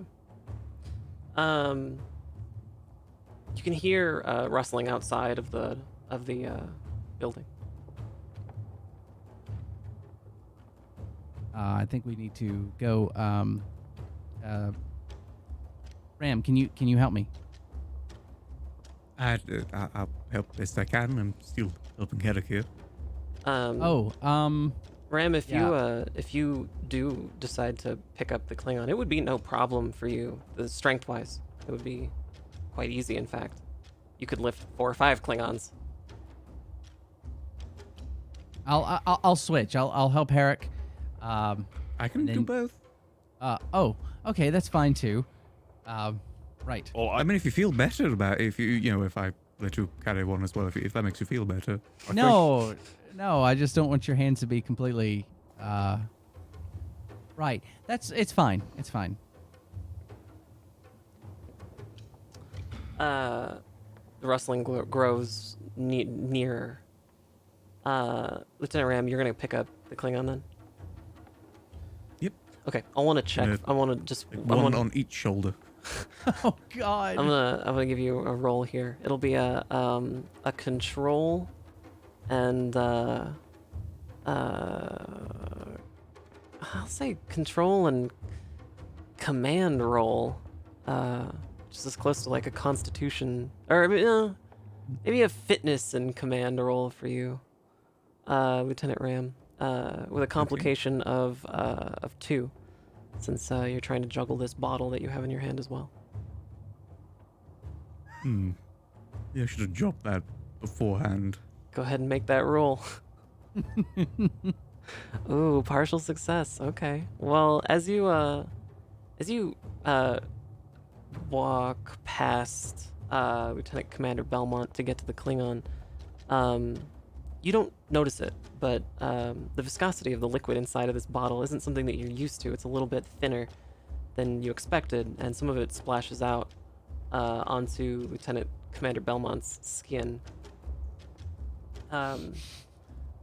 And you successfully pick up the Klingon, bottle in hand, Klingon with one of its arms around you on the other hand. You know, you've got the bottle in between, so it kind of looks like maybe the Klingon was just drinking a lot. Herrick, you're muted. How'd the bottle get back open? It was open from when you flicked it. No, he didn't, like, pitch the cork. He recorked it and gave it back. Oh, well, then, Lieutenant Ram, the cork fell out. I assumed the cork wasn't back in. I thought we took it You out. busted it over Belmont's head. The liquid's still on him. No, I imagine it. No, what I'm thinking is Herrick is floundering around trying to figure out why his arms keep going so long, and at some point he just knocks the lightly corked bottle. The cork just flicks out. Commander Herrick only thought that he corked it, but really he was corking his fist, his closed fist. Done. Let's go. He gently put it into Ram's ear. Gave it a little kiss. That's All right. for you. Lieutenant Commander Belmont, your eyes begin to dilate, and your face begins to feel a little flushed as the rustling draws nearer. It's hot. It's hot in here. Oof. Get naked. I have an idea. Everyone, look at me, Ram. You are going to need to escort them out. I have an idea. I'm going to Skas everyone. Do we want to rendezvous outside, or should I just keep going till we get to the woods? rendezvous out on the beach where we first landed. I'll be right there. And Got it. I'm going to quickly make my way to the exit, to where the rustling is. Okay, yeah, you walk out. Outside, it's beginning to get dark outside. You notice it's significantly darker than before. The festival is still going on in full force, however. And outside, you spot Amaria back to looking for Lieutenant Commander Belmont, but instead she finds you. Oh. Hello. Oh, hey. I'm sorry. This is the wrong building. I was looking for the ale. Oh. Well, I just gave my last bottle away, but you can come with me if you'd like. Yes, that'd be splendid. Yes, of course, of course. Wonderful. She grabs your arm and leads you off back towards the festival. I'll take a look back just to make sure that the rest of the crew is actually leaving and rendezvousing. Yeah, Ram is heading towards the beach. How high am I? Not too high. Am You I- only had a little splash of it on you, but Okay. it's enough to to definitely sort of get this impression that you are in fact a part of everything around you. That everything sort of makes sense to you now. That the world is really just a part, like an extension of you. Wow. Okay. So I'd probably on the way back be saying something to that. Do you guys ever realize that when you're on the ground, you're like, you are the ground. You're the ground. If you lay on the ground, then you're really the ground, but then only the bottom of your feet are on the ground. You guys know what I mean?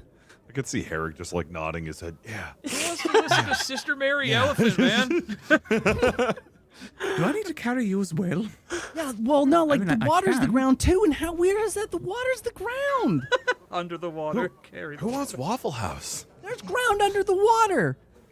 It's like You ever just ground on look at your ground. feet and just Right. Yeah. It's connected, and it's actually touching. You get it? Oh. Yes, I get it. Very good, very good. Let's make it to the beach now. You know, it's very the important beach that we is make. ground. we- You can pick it up, and it goes through your fingers. Herrick's we can just walking keep on out of the talking when we building get now. there. I'm walking faster to get to the ground that I can pick up. That's so easy to pick up. Start eating it. We go back to the captain and Maria, who are still halfway towards the festival. You're really interested in that demon, aren't you? No, it's just been so long since I've been to one of these festivals. I wouldn't want anything to ruin it. I saw one of your island friends over there too. Yeah, which one? The one with the ridges. Oh, he's a little, different, but he's wonderful. Yeah. I'm glad they didn't incinerate him. As am I. As am I. I'm very glad they didn't incinerate him. They'll incinerate the demon soon. Would you want to get a seat next to the holy incinerator with me? Yes, I would love that. Yes. There are a lot of people coming of age today too, so it'll be a long ceremony.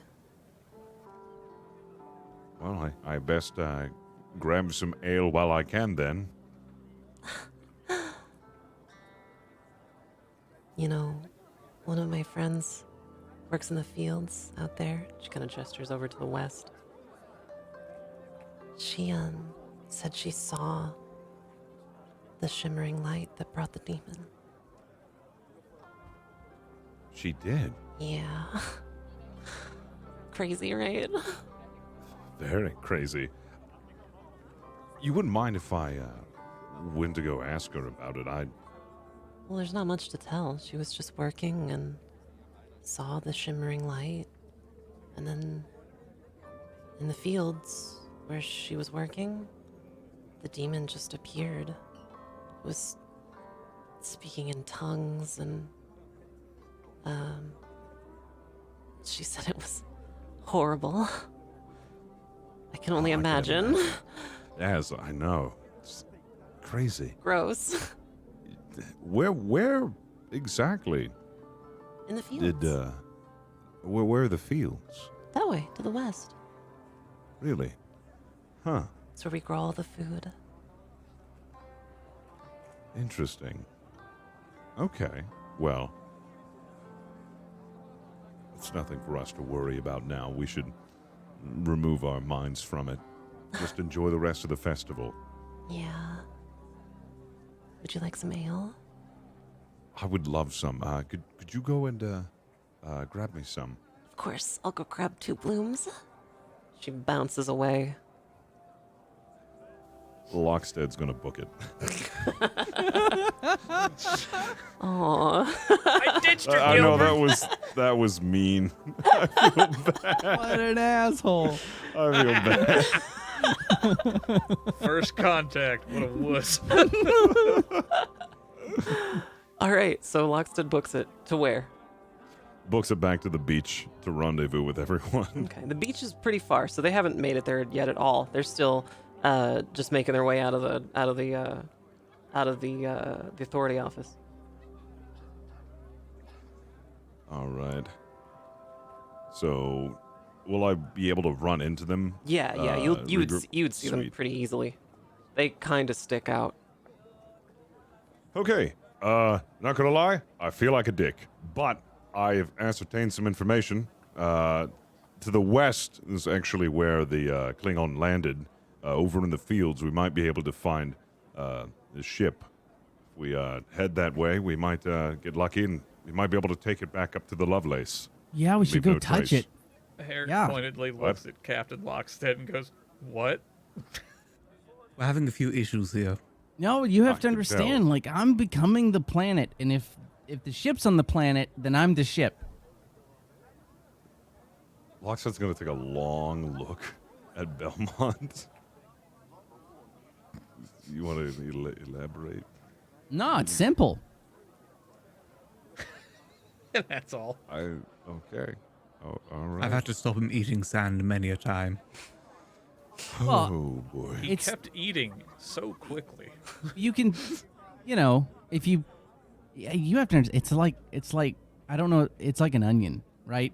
If it's in you and you're on it, then it's like layers. We'll I continue really this need to know conversation what once he's we're at on. safety. So Yeah, very Alright. much sand. The party it does stick out quite a lot in the outskirts of the party with an unconscious Klingon draped around a child mask wearing inorganic life form. Someone call for a beam, please. Oh. All right. Let's get out of here. Yeah. All right, Let's Command- go. This way. Lieutenant Commander, put the rock down. Okay. I'll get a different rock, but this is Don't. good. This is a good rock. I can find another rock. Stop it's fine. touching the rocks. Don't We need to eat go. it. Okay. We can't take it with us. We don't know how contaminated it is. Don't It's eat fine. it. I have enough. Let's go. Let's go. He's eaten enough. What do you mean you have enough? I'm definitely put a bunch of rocks in my pockets. His robes are visibly sagged with rock. I'm just gonna shuffle everyone towards the beach. Towards the beach or towards the fields? Oh yeah. Actually, need so to- where's the beach from the fields? Are we able to It's kind of not too far. It We would need almost to be along the way though. extricate Captain. what was that, Herrick? We need to extricate the Klingon captain. Agreed. Let's head to the beach. Belmont is eating something again. Oh, I'm my not. God. I'm not. There's nothing in my mouth. There's Open. see, there's nothing there. It's under there. his It's tongue. not there. No, it's not under my tongue. I swallowed it. It's not there. Nothing in my mouth. Commander Herrick realizes that it was actually under his tongue all along. Commander Herrick becomes aware he has a tongue. This is unpleasant. Commander Look, Herrick realizes he is, in fact, a tongue of Commander sorts. Herrick realizes he's a Vulcan. You ever get so high you forget what you were and then remember? You're the planet's tongue. All right. Get that right? So we're all going to the. So the town is 1 mile east of the. 1 mile west of the eastern coast of the beach, but the fields are west of the town. So the town is in between the beach and the fields. So Oh, okay. we can go whichever You know, direction you want. Yeah. So I'm should we gonna go say get the this, ship? thanks to Lockstead, there's 2 broken hearts at the festival today, and 1 unemployed man. Oh, true. Well, to be Contaminating. fair, he hated his job. So maybe it was the push in the right direction. You showed up definitely- and got someone fired. You just you changed traveled- somebody's. A lot of people hate their job, but they still need their job. You traveled on an intergalactic spaceship and got a man fired. No, he's gonna get into origami or whatever this culture's Yeah. version of it is with He paper. It's traveled fine. from a different It's fine. solar system. He's an artist. He's going to realize his Art true matters. passion. He'll be Hard like, cut I've to never him being wanted put to in the be a incinerator. guard. Yeah, actually, so that is a good question though. Are we going to the beach to beam away, or are we going to the ship to fly away? That's a good. Actually, you know what? Captain, I want to touch the ship. We're going to the We ship. need- Fine, it's final. We're going to the ship. Oh. This is not. Let's go. And then midway through his sentence, Eric just starts staring at the ground again. All right. Well, we're on the way to the ship then.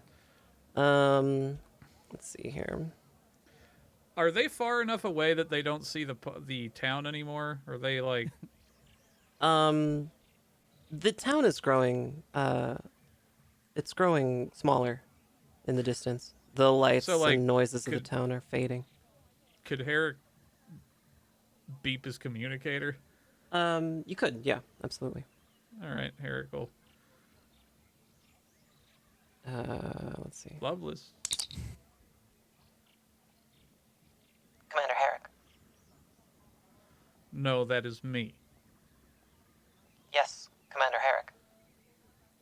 I am Commander Herrick. Is this an attempt at humor, sir? If it was your attempt at humor, it was a feeble effort. I wouldn't address yourself with my name or rank again. Acknowledged, sir. Where are we? Triangulating your position now. It looks as though you're, about half a kilometer away from the town.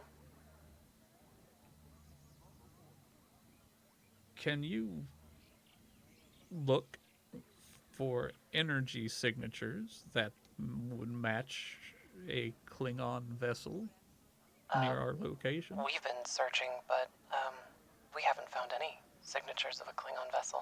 Herrick is addressing a tree, by the way, while all this is going on.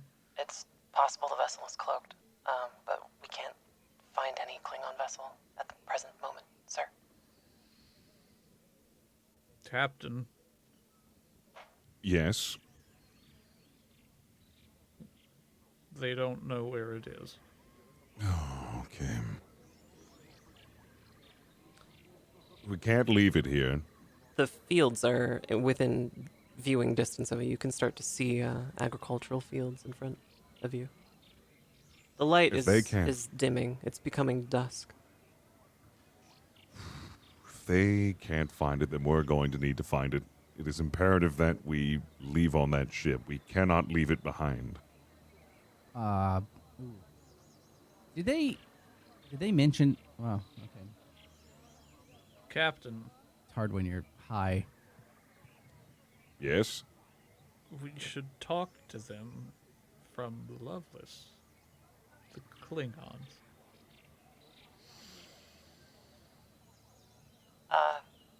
Commander Herrick? Are you still there?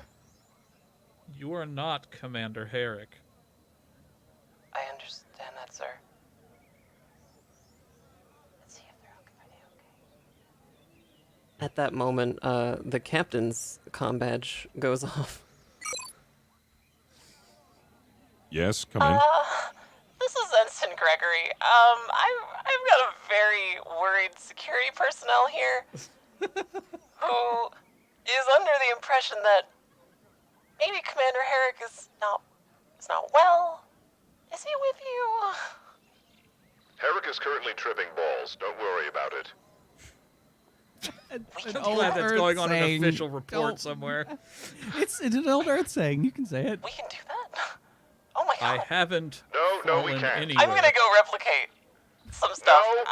I'm very Go. No! Alright. No! Break it up. Strawberry Can't- Do not do surprise. that. Hold on. Break it up. I can't hear you. Bye. No! It's fine. It's fine. Captain, listen, Captain, listen. Belmont, Listen. no. Listen. No. No, it's okay. So, if While he's eating bugs. okay, no, but listen, like if the ship is cloaked, but it's on the ground, then there'll be feet on the ground. You understand? You know, like it's because it's big, so it's gonna have like feet in the ground. So maybe if we can find the feet, I don't know what this is. If it's like bent down, then there's the ship. Impressions. That's exactly what we're going to be looking for. We need to leave on the ship. Yeah, I Is think it's anyone imperative. watching Herrick So right now? We can see it. Then there's no further discussion. Let's make our way to the fields and stop eating rocks. But they just fall apart in your Stop. mouth. No, they don't. It's called sedimentary We're rock. going It's to his have teeth. someone look at your teeth after this. Okay. Do you want me to just carry him as well? Yes, please. All right, up you go. I'm definitely reaching in my pockets for the rocks I stowed away. Could Herrick attempt to center himself and ward off the effects of whatever's going on with him? Yeah, I think so. Sure. I'll let you even use a focus for it, but the complication will be 2. Task roll of 2. And it'll be a, we'll say I'll make it an insight and, or a fitness and medicine roll.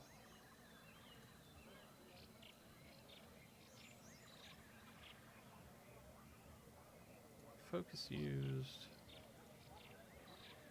Well, let's see.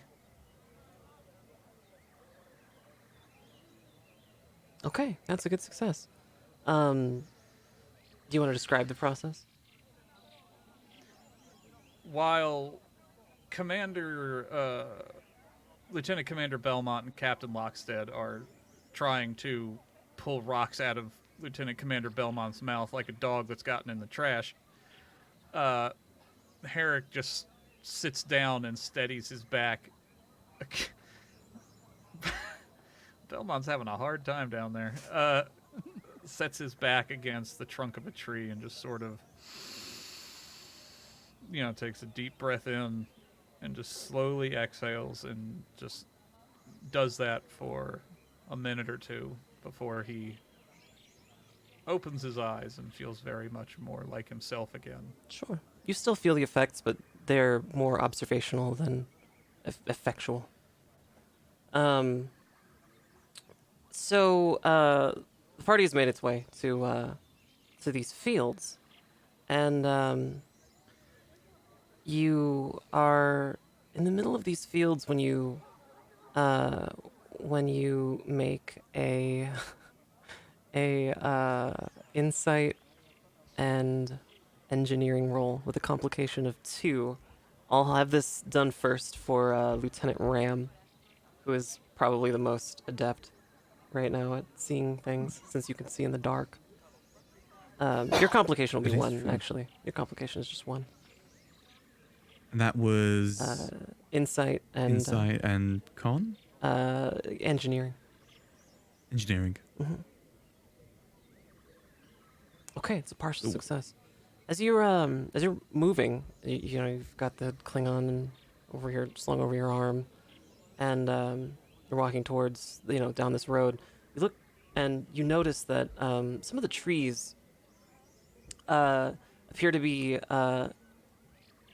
growing straight, but halfway up the tree you notice that there's like a slight distortion in the tree line, and then it continues growing straight past it.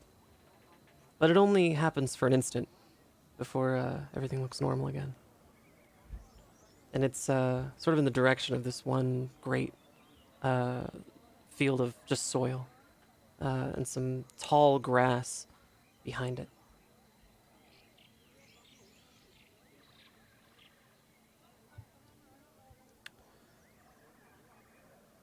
Right.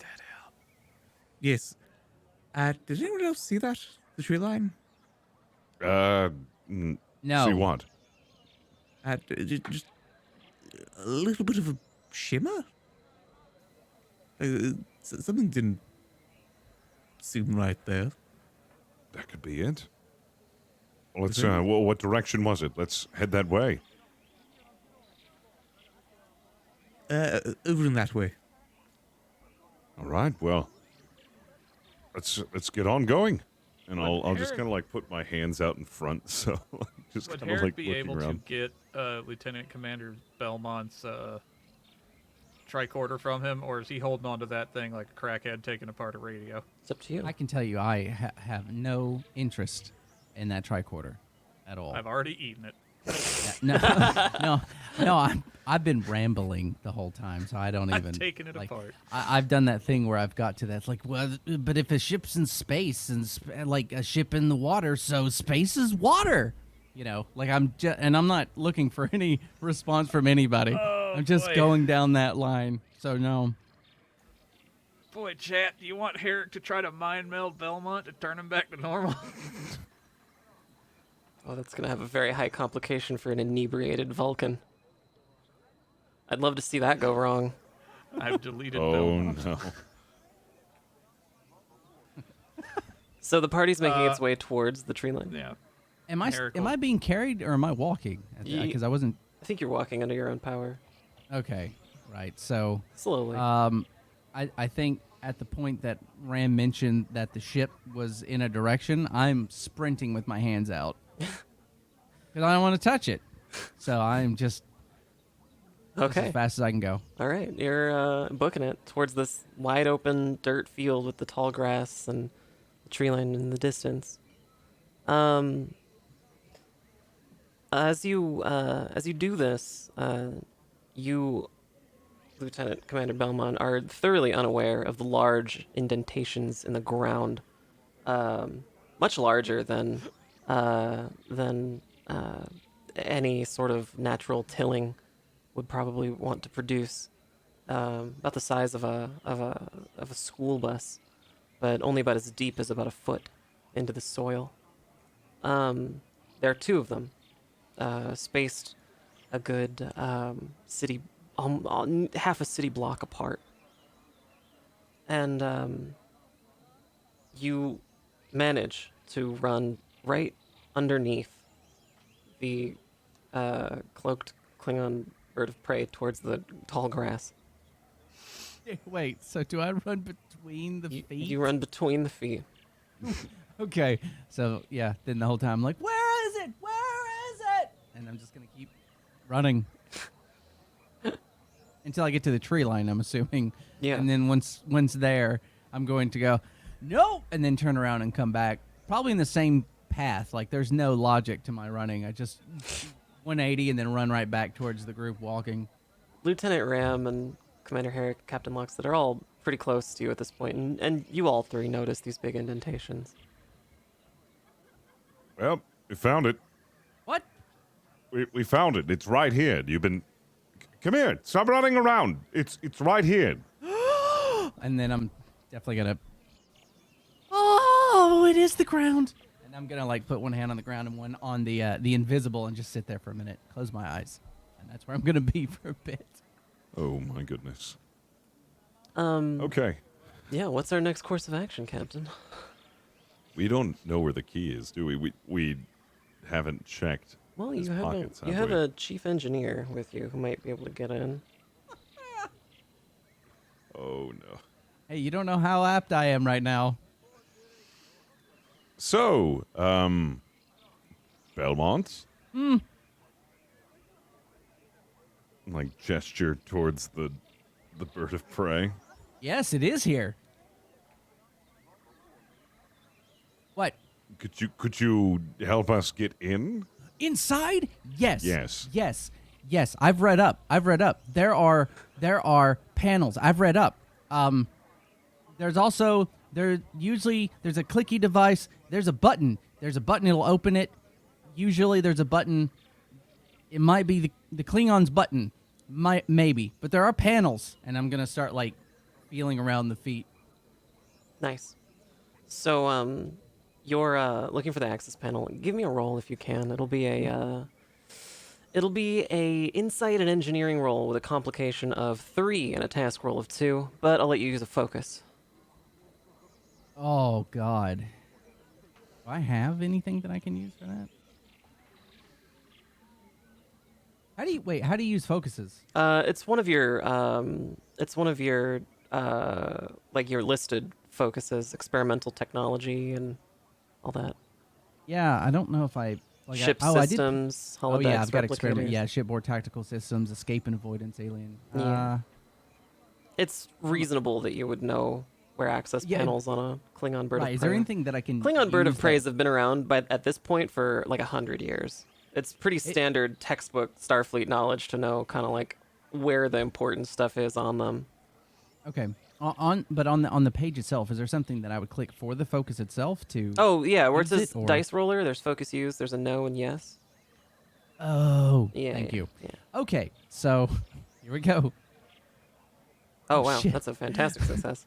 Wow. All right, well, expertly, Lieutenant Commander Belmont has already opened the panel, and through this drug-induced haze, has perfected the art of opening doors via access panels to such a degree that the drugs don't even affect him anymore. In fact, it might even make him feel more at one with the electronics inside. I am these I wires. am the ship.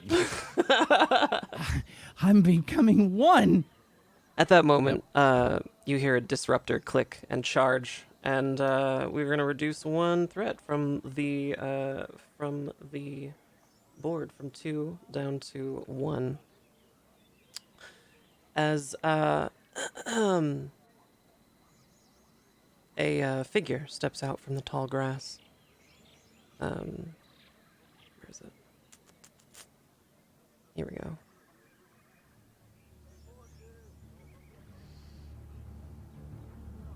Where are you going? Says this figure. You look in the direction, and you recognize the town authority, head of the town, Rask, with a Romulan disruptor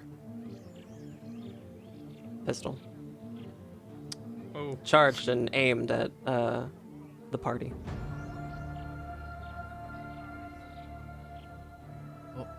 Oh. Hello. We're going. Who are you? Who do you work for? You notice that the figure has what looks like a gun, just aimed in the other hand, aimed upwards. Oh. Look, this is... We were just about to leave. There's no need for this. What are you doing with the Klingon? Taking the Klingon away.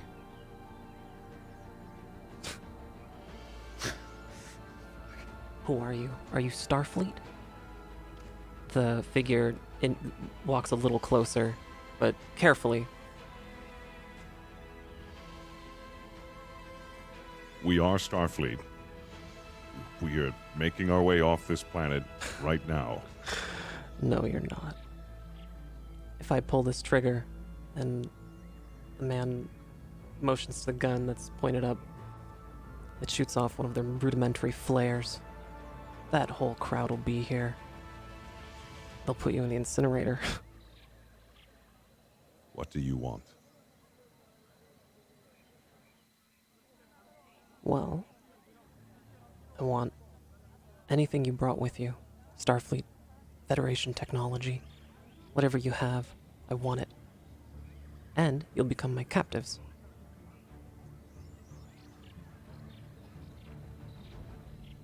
Who are you? Typical Starfleet. So behind. 3 steps behind. I'm Kavat. I was sent here from... You know what? It doesn't matter. Just hands above your head, okay? Can he see me? No. Messing with the panel? No, he hasn't No? noticed you. In fact, if one of you want to do like a check, like to examine it, examine the Romulan, you're more than welcome to. Yeah, see, sure. Yeah, Commander Okay. Herrick. All right, that'll be a insight and security roll with a complication of 2, task roll of 2. Can I use my composure focus? Yeah. Okay. Insight, security.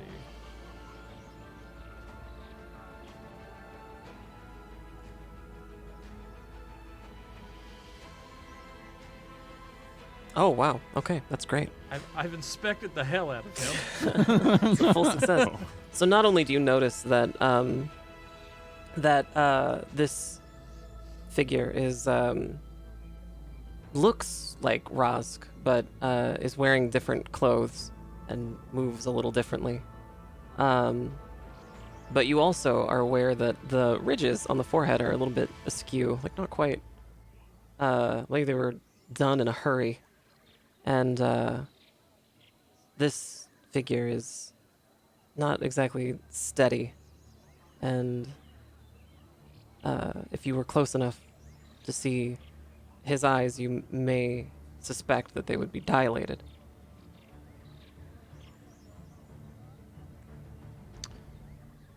This is not the head man from the village, Captain. I see. I have a plan, but it will be very risky. He wants us to hand over our valuables, yes? Or our technology. things Yeah, we and have to on us. and to submit be the to prisoners. become prisoners. Okay. Comply for now. I can't hear this, I How- imagine. No, Okay. you're busy working on the ship. You're tweaking right now. Just do what you're doing. Well, I do have a question.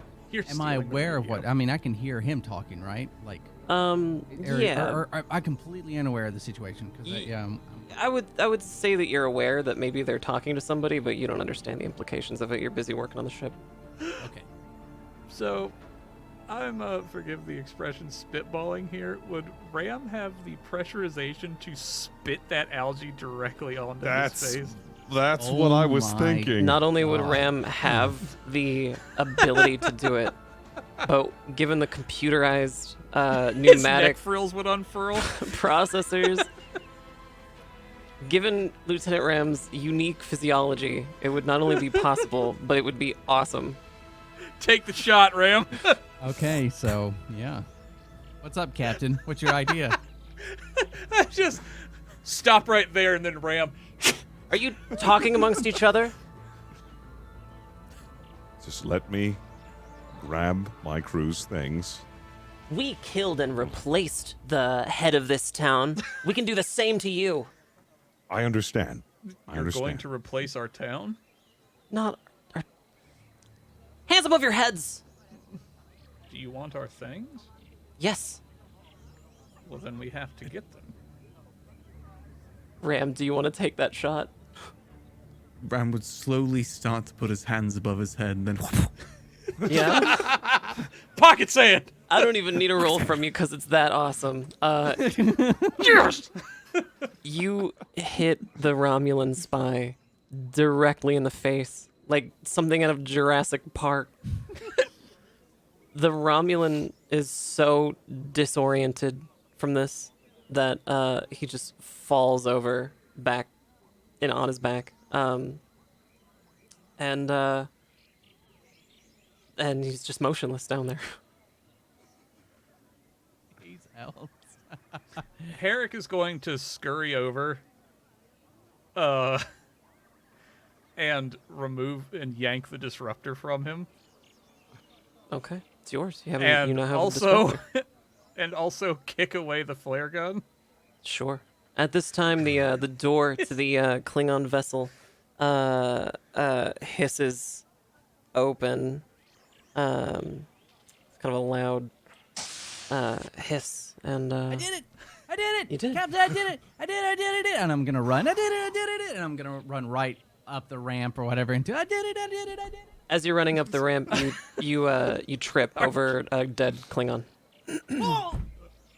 And I did this! while you're on the ground and you're looking around, you notice that the floor is covered in dead Klingons. Oh my god. In fact, it smells terrible in this ship. Oh. Belmont wakes up naked next to a half-eaten deer. Oh. Oh no. Captain! I did it Captain! again. Captain, they're dead! Oh my god. Let's just get onto the ship. Grab the Romulan spy. Let's just get out of here. I Herrick agree. will take a moment. Well, is he dead? Is who dead? the Romulan? Probably not dead yet. Probably will die. If that stuff just keeps sitting on him? Yeah. All right. Herrick will take the man's own robes and just try to brush as much of it off of him as he can before...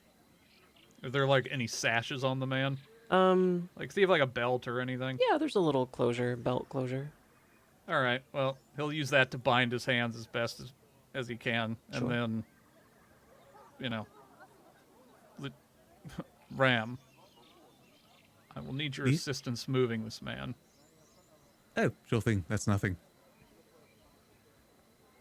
Okay. Ram lifts the man. So, the party goes into the ship? Oh, I'm in there. Yeah. I'm probably priming the engines without any prodding. I'm just trying to get it up and running as soon as possible. I'm so excited.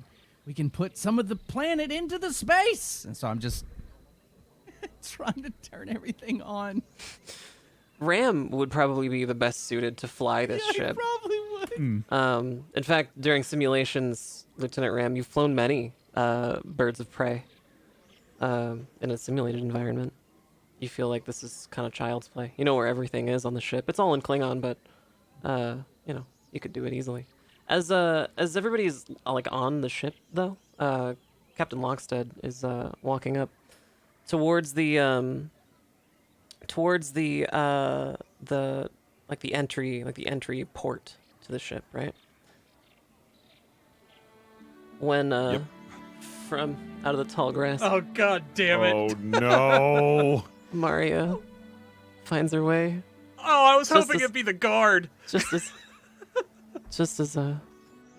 Captain Lockstead is getting aboard the ship, and right behind her is the guard.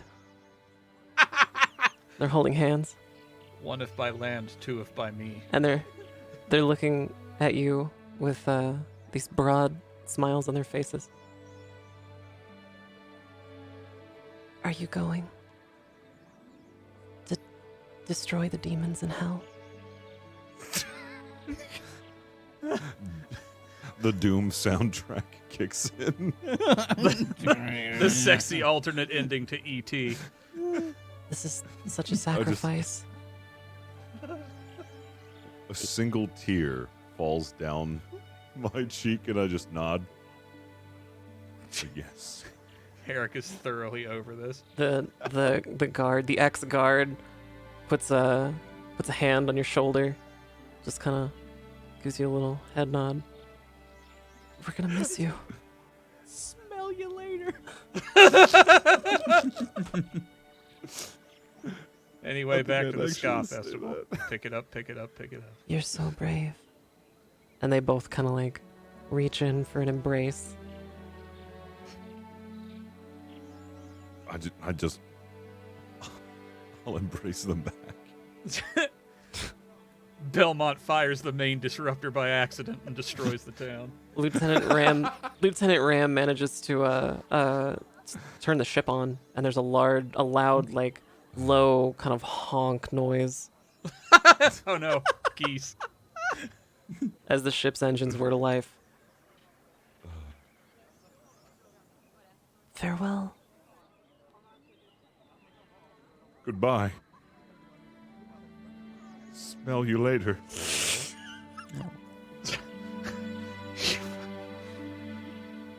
All right. So the party boards the ship. The Klingon bird of prey. Herrick violently pressing the door close button just to... And what are your orders, Captain? As I wipe the single tear that fell down my eye. Let's go back to the ship. I'll actually get in touch with Lovelace. Goodbye, you group of life-ruining idiots. This is Captain Lockstead Lovelace. You read me? We read you loud and clear, Captain. We're returning now aboard a Klingon ship. Is everything all right, Captain? Yes, Everything's fine. Well, You may- we'll Be prepare the there docking shortly. ports. Make sure. You may want to. Yes, I was just about to say we have casualties aboard the ship. Make sure. Casualties? Personnel has said yes. We'll prepare medbay right away, and we'll prep the docking ports too. We'll get on it. Very Prepare good. some tissues and some tea as well for the captain. Yes, some tissues and tea. I swear to God, if Gregory is replicating drugs, I'm going to. Gregory's I'm already going making to tea, but the reprimand. tea smells kind of funny. I don't know if you Don't should drink drink it. the tea. It's spiked. Okay, well, we'll see you shortly, Captain. Goodbye. Herrick's gonna hit his comm badge. Commander Herrick. Security. Yes, Commander Herrick. I will need a brig cell prepared and a member of the medical staff on hand. We have one prisoner. Aye. Anything else? That will be all. Acknowledged.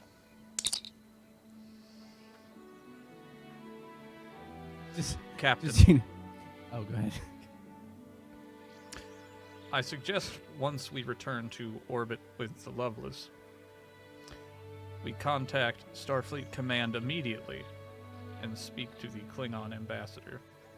That's right. I almost forgot. Yes, we will do that as well. Have you ever been in love, Eric?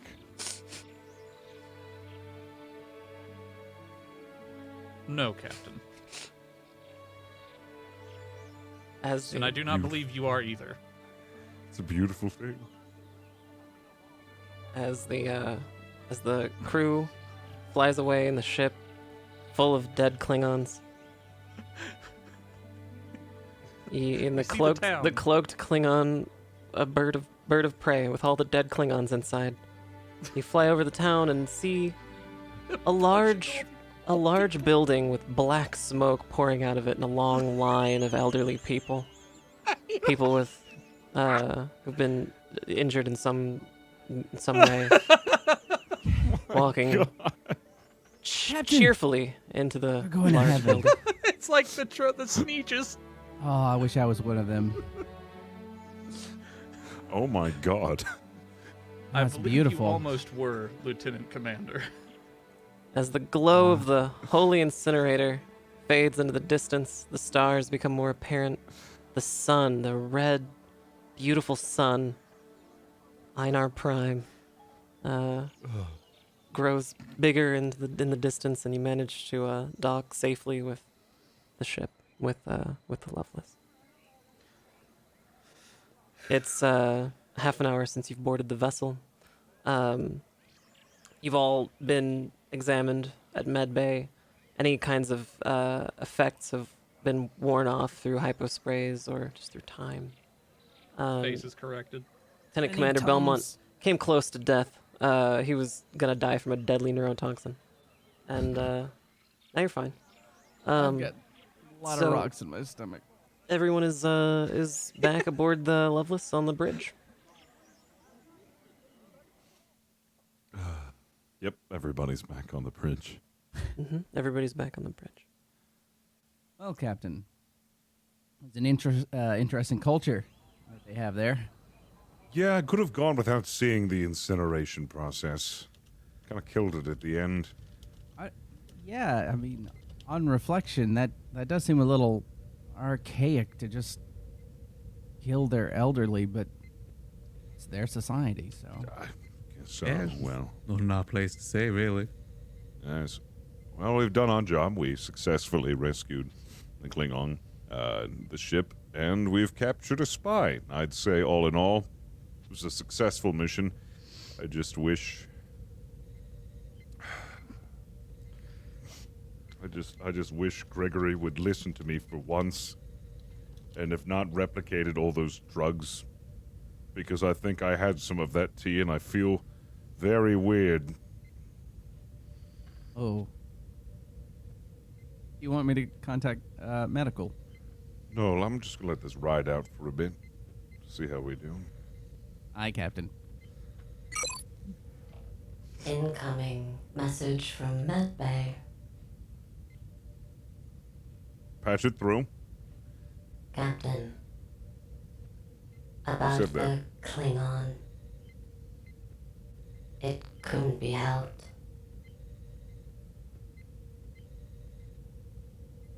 The mole on the Klingon's back is still in place, Captain.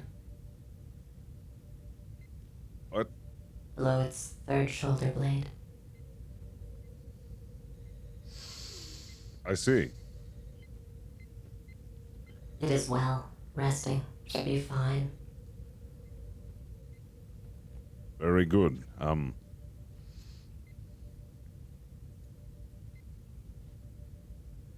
Is everything else good? Is everything else good? We've detected a Romulan life form aboard the vessel, Captain. Shall I deploy security forces? Please. Yes, destroy immediately. No. Deploying countermeasures. No. Computer, Yes. Hello, Ram. cancel the captain's last order. But I want to destroy it. I know you do, but it is not appropriate at this time.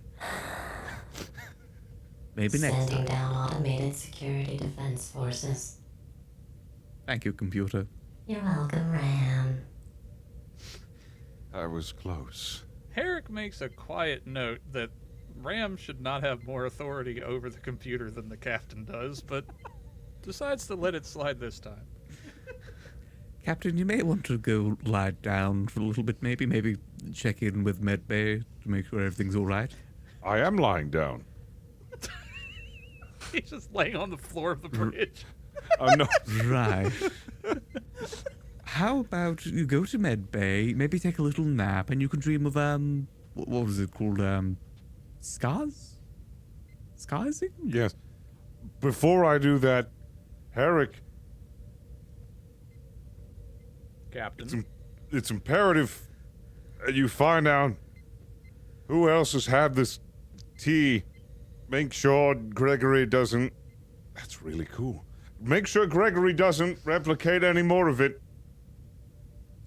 Herrick's going to tap his comm badge. Computer. Commander. Commander Herrick. Testing out some new vocal processors. Are you Did you okay? like it? It's to help That me was an- blend. That was an interesting effect. It sounded like you were far away. Better to gain the surprise from my opponents. To make them think I'm farther away than I really am. Did Gregory spill tea on the computer? Computer, restrict replicator privileges for Ensign Gregory. Restricting all replicator privileges for Ensign Gregory. Complete. Thank you, computer. You're welcome.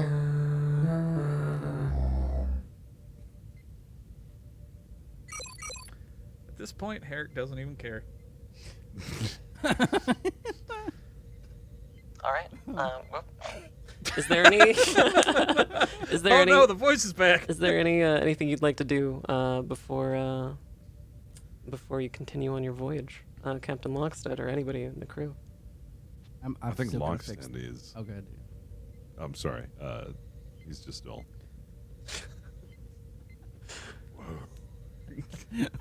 On the ground? Are you face down on the ground doing that? He somehow has a pacifier and like rave gloves on. Yeah. So yeah, Belmont. If I'm not needed, I'm gonna go fix my shower, which is still disassembled.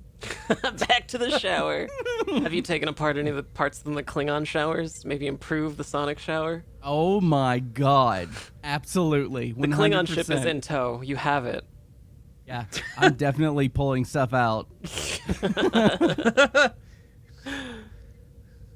Awesome. Oh, And do you want to make a final address to the crew, Captain?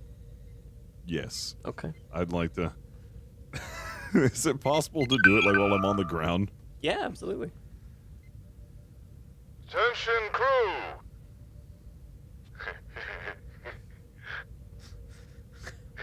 I'm sorry, I thought of a joke. How's everybody doing?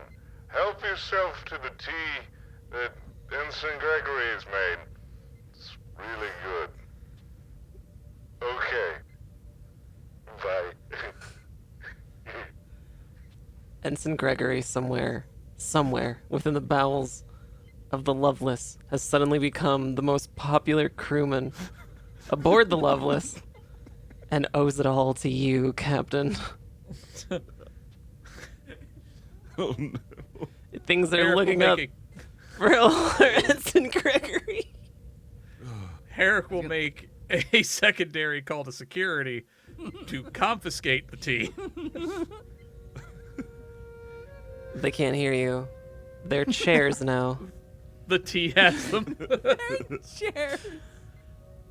Well, thank you all very much for this episode of Star Trek Adventures Lovelace.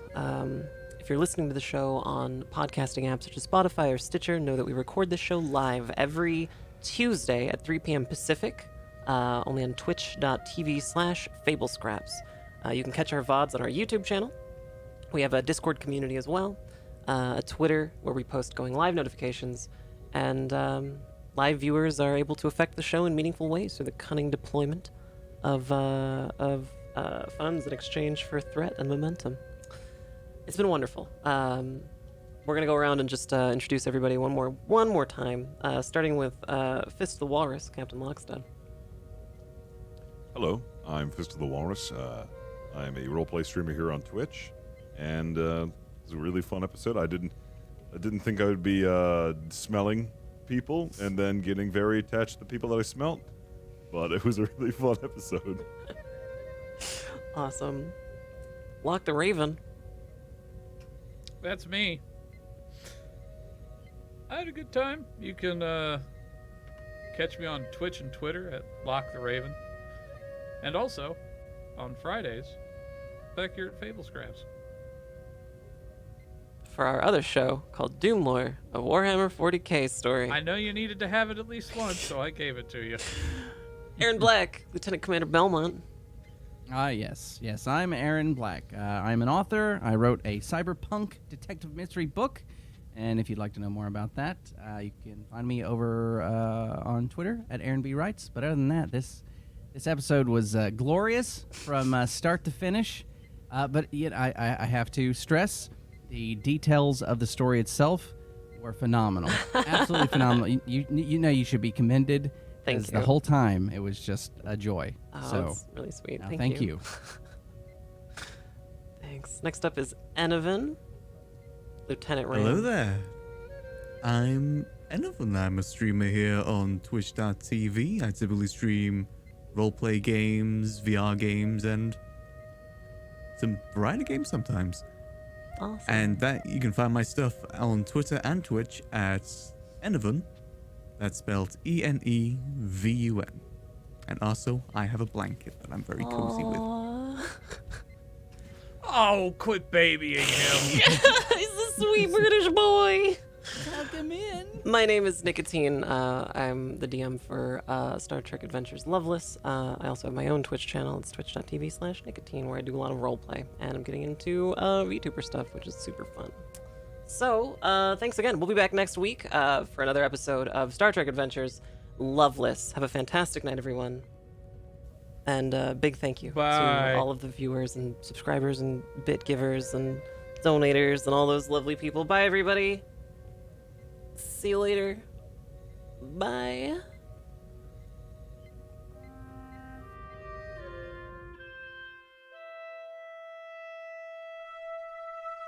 Space, humanity's last horizon. These are the records and expeditions of the Federation starship Lovelace. Assigned an ongoing galactic charter, the intrepid crew of the Lovelace explores the excitement of strange new worlds, encounters new life forms and new civilizations, and ultimately seeks to boldly go where no one has gone before.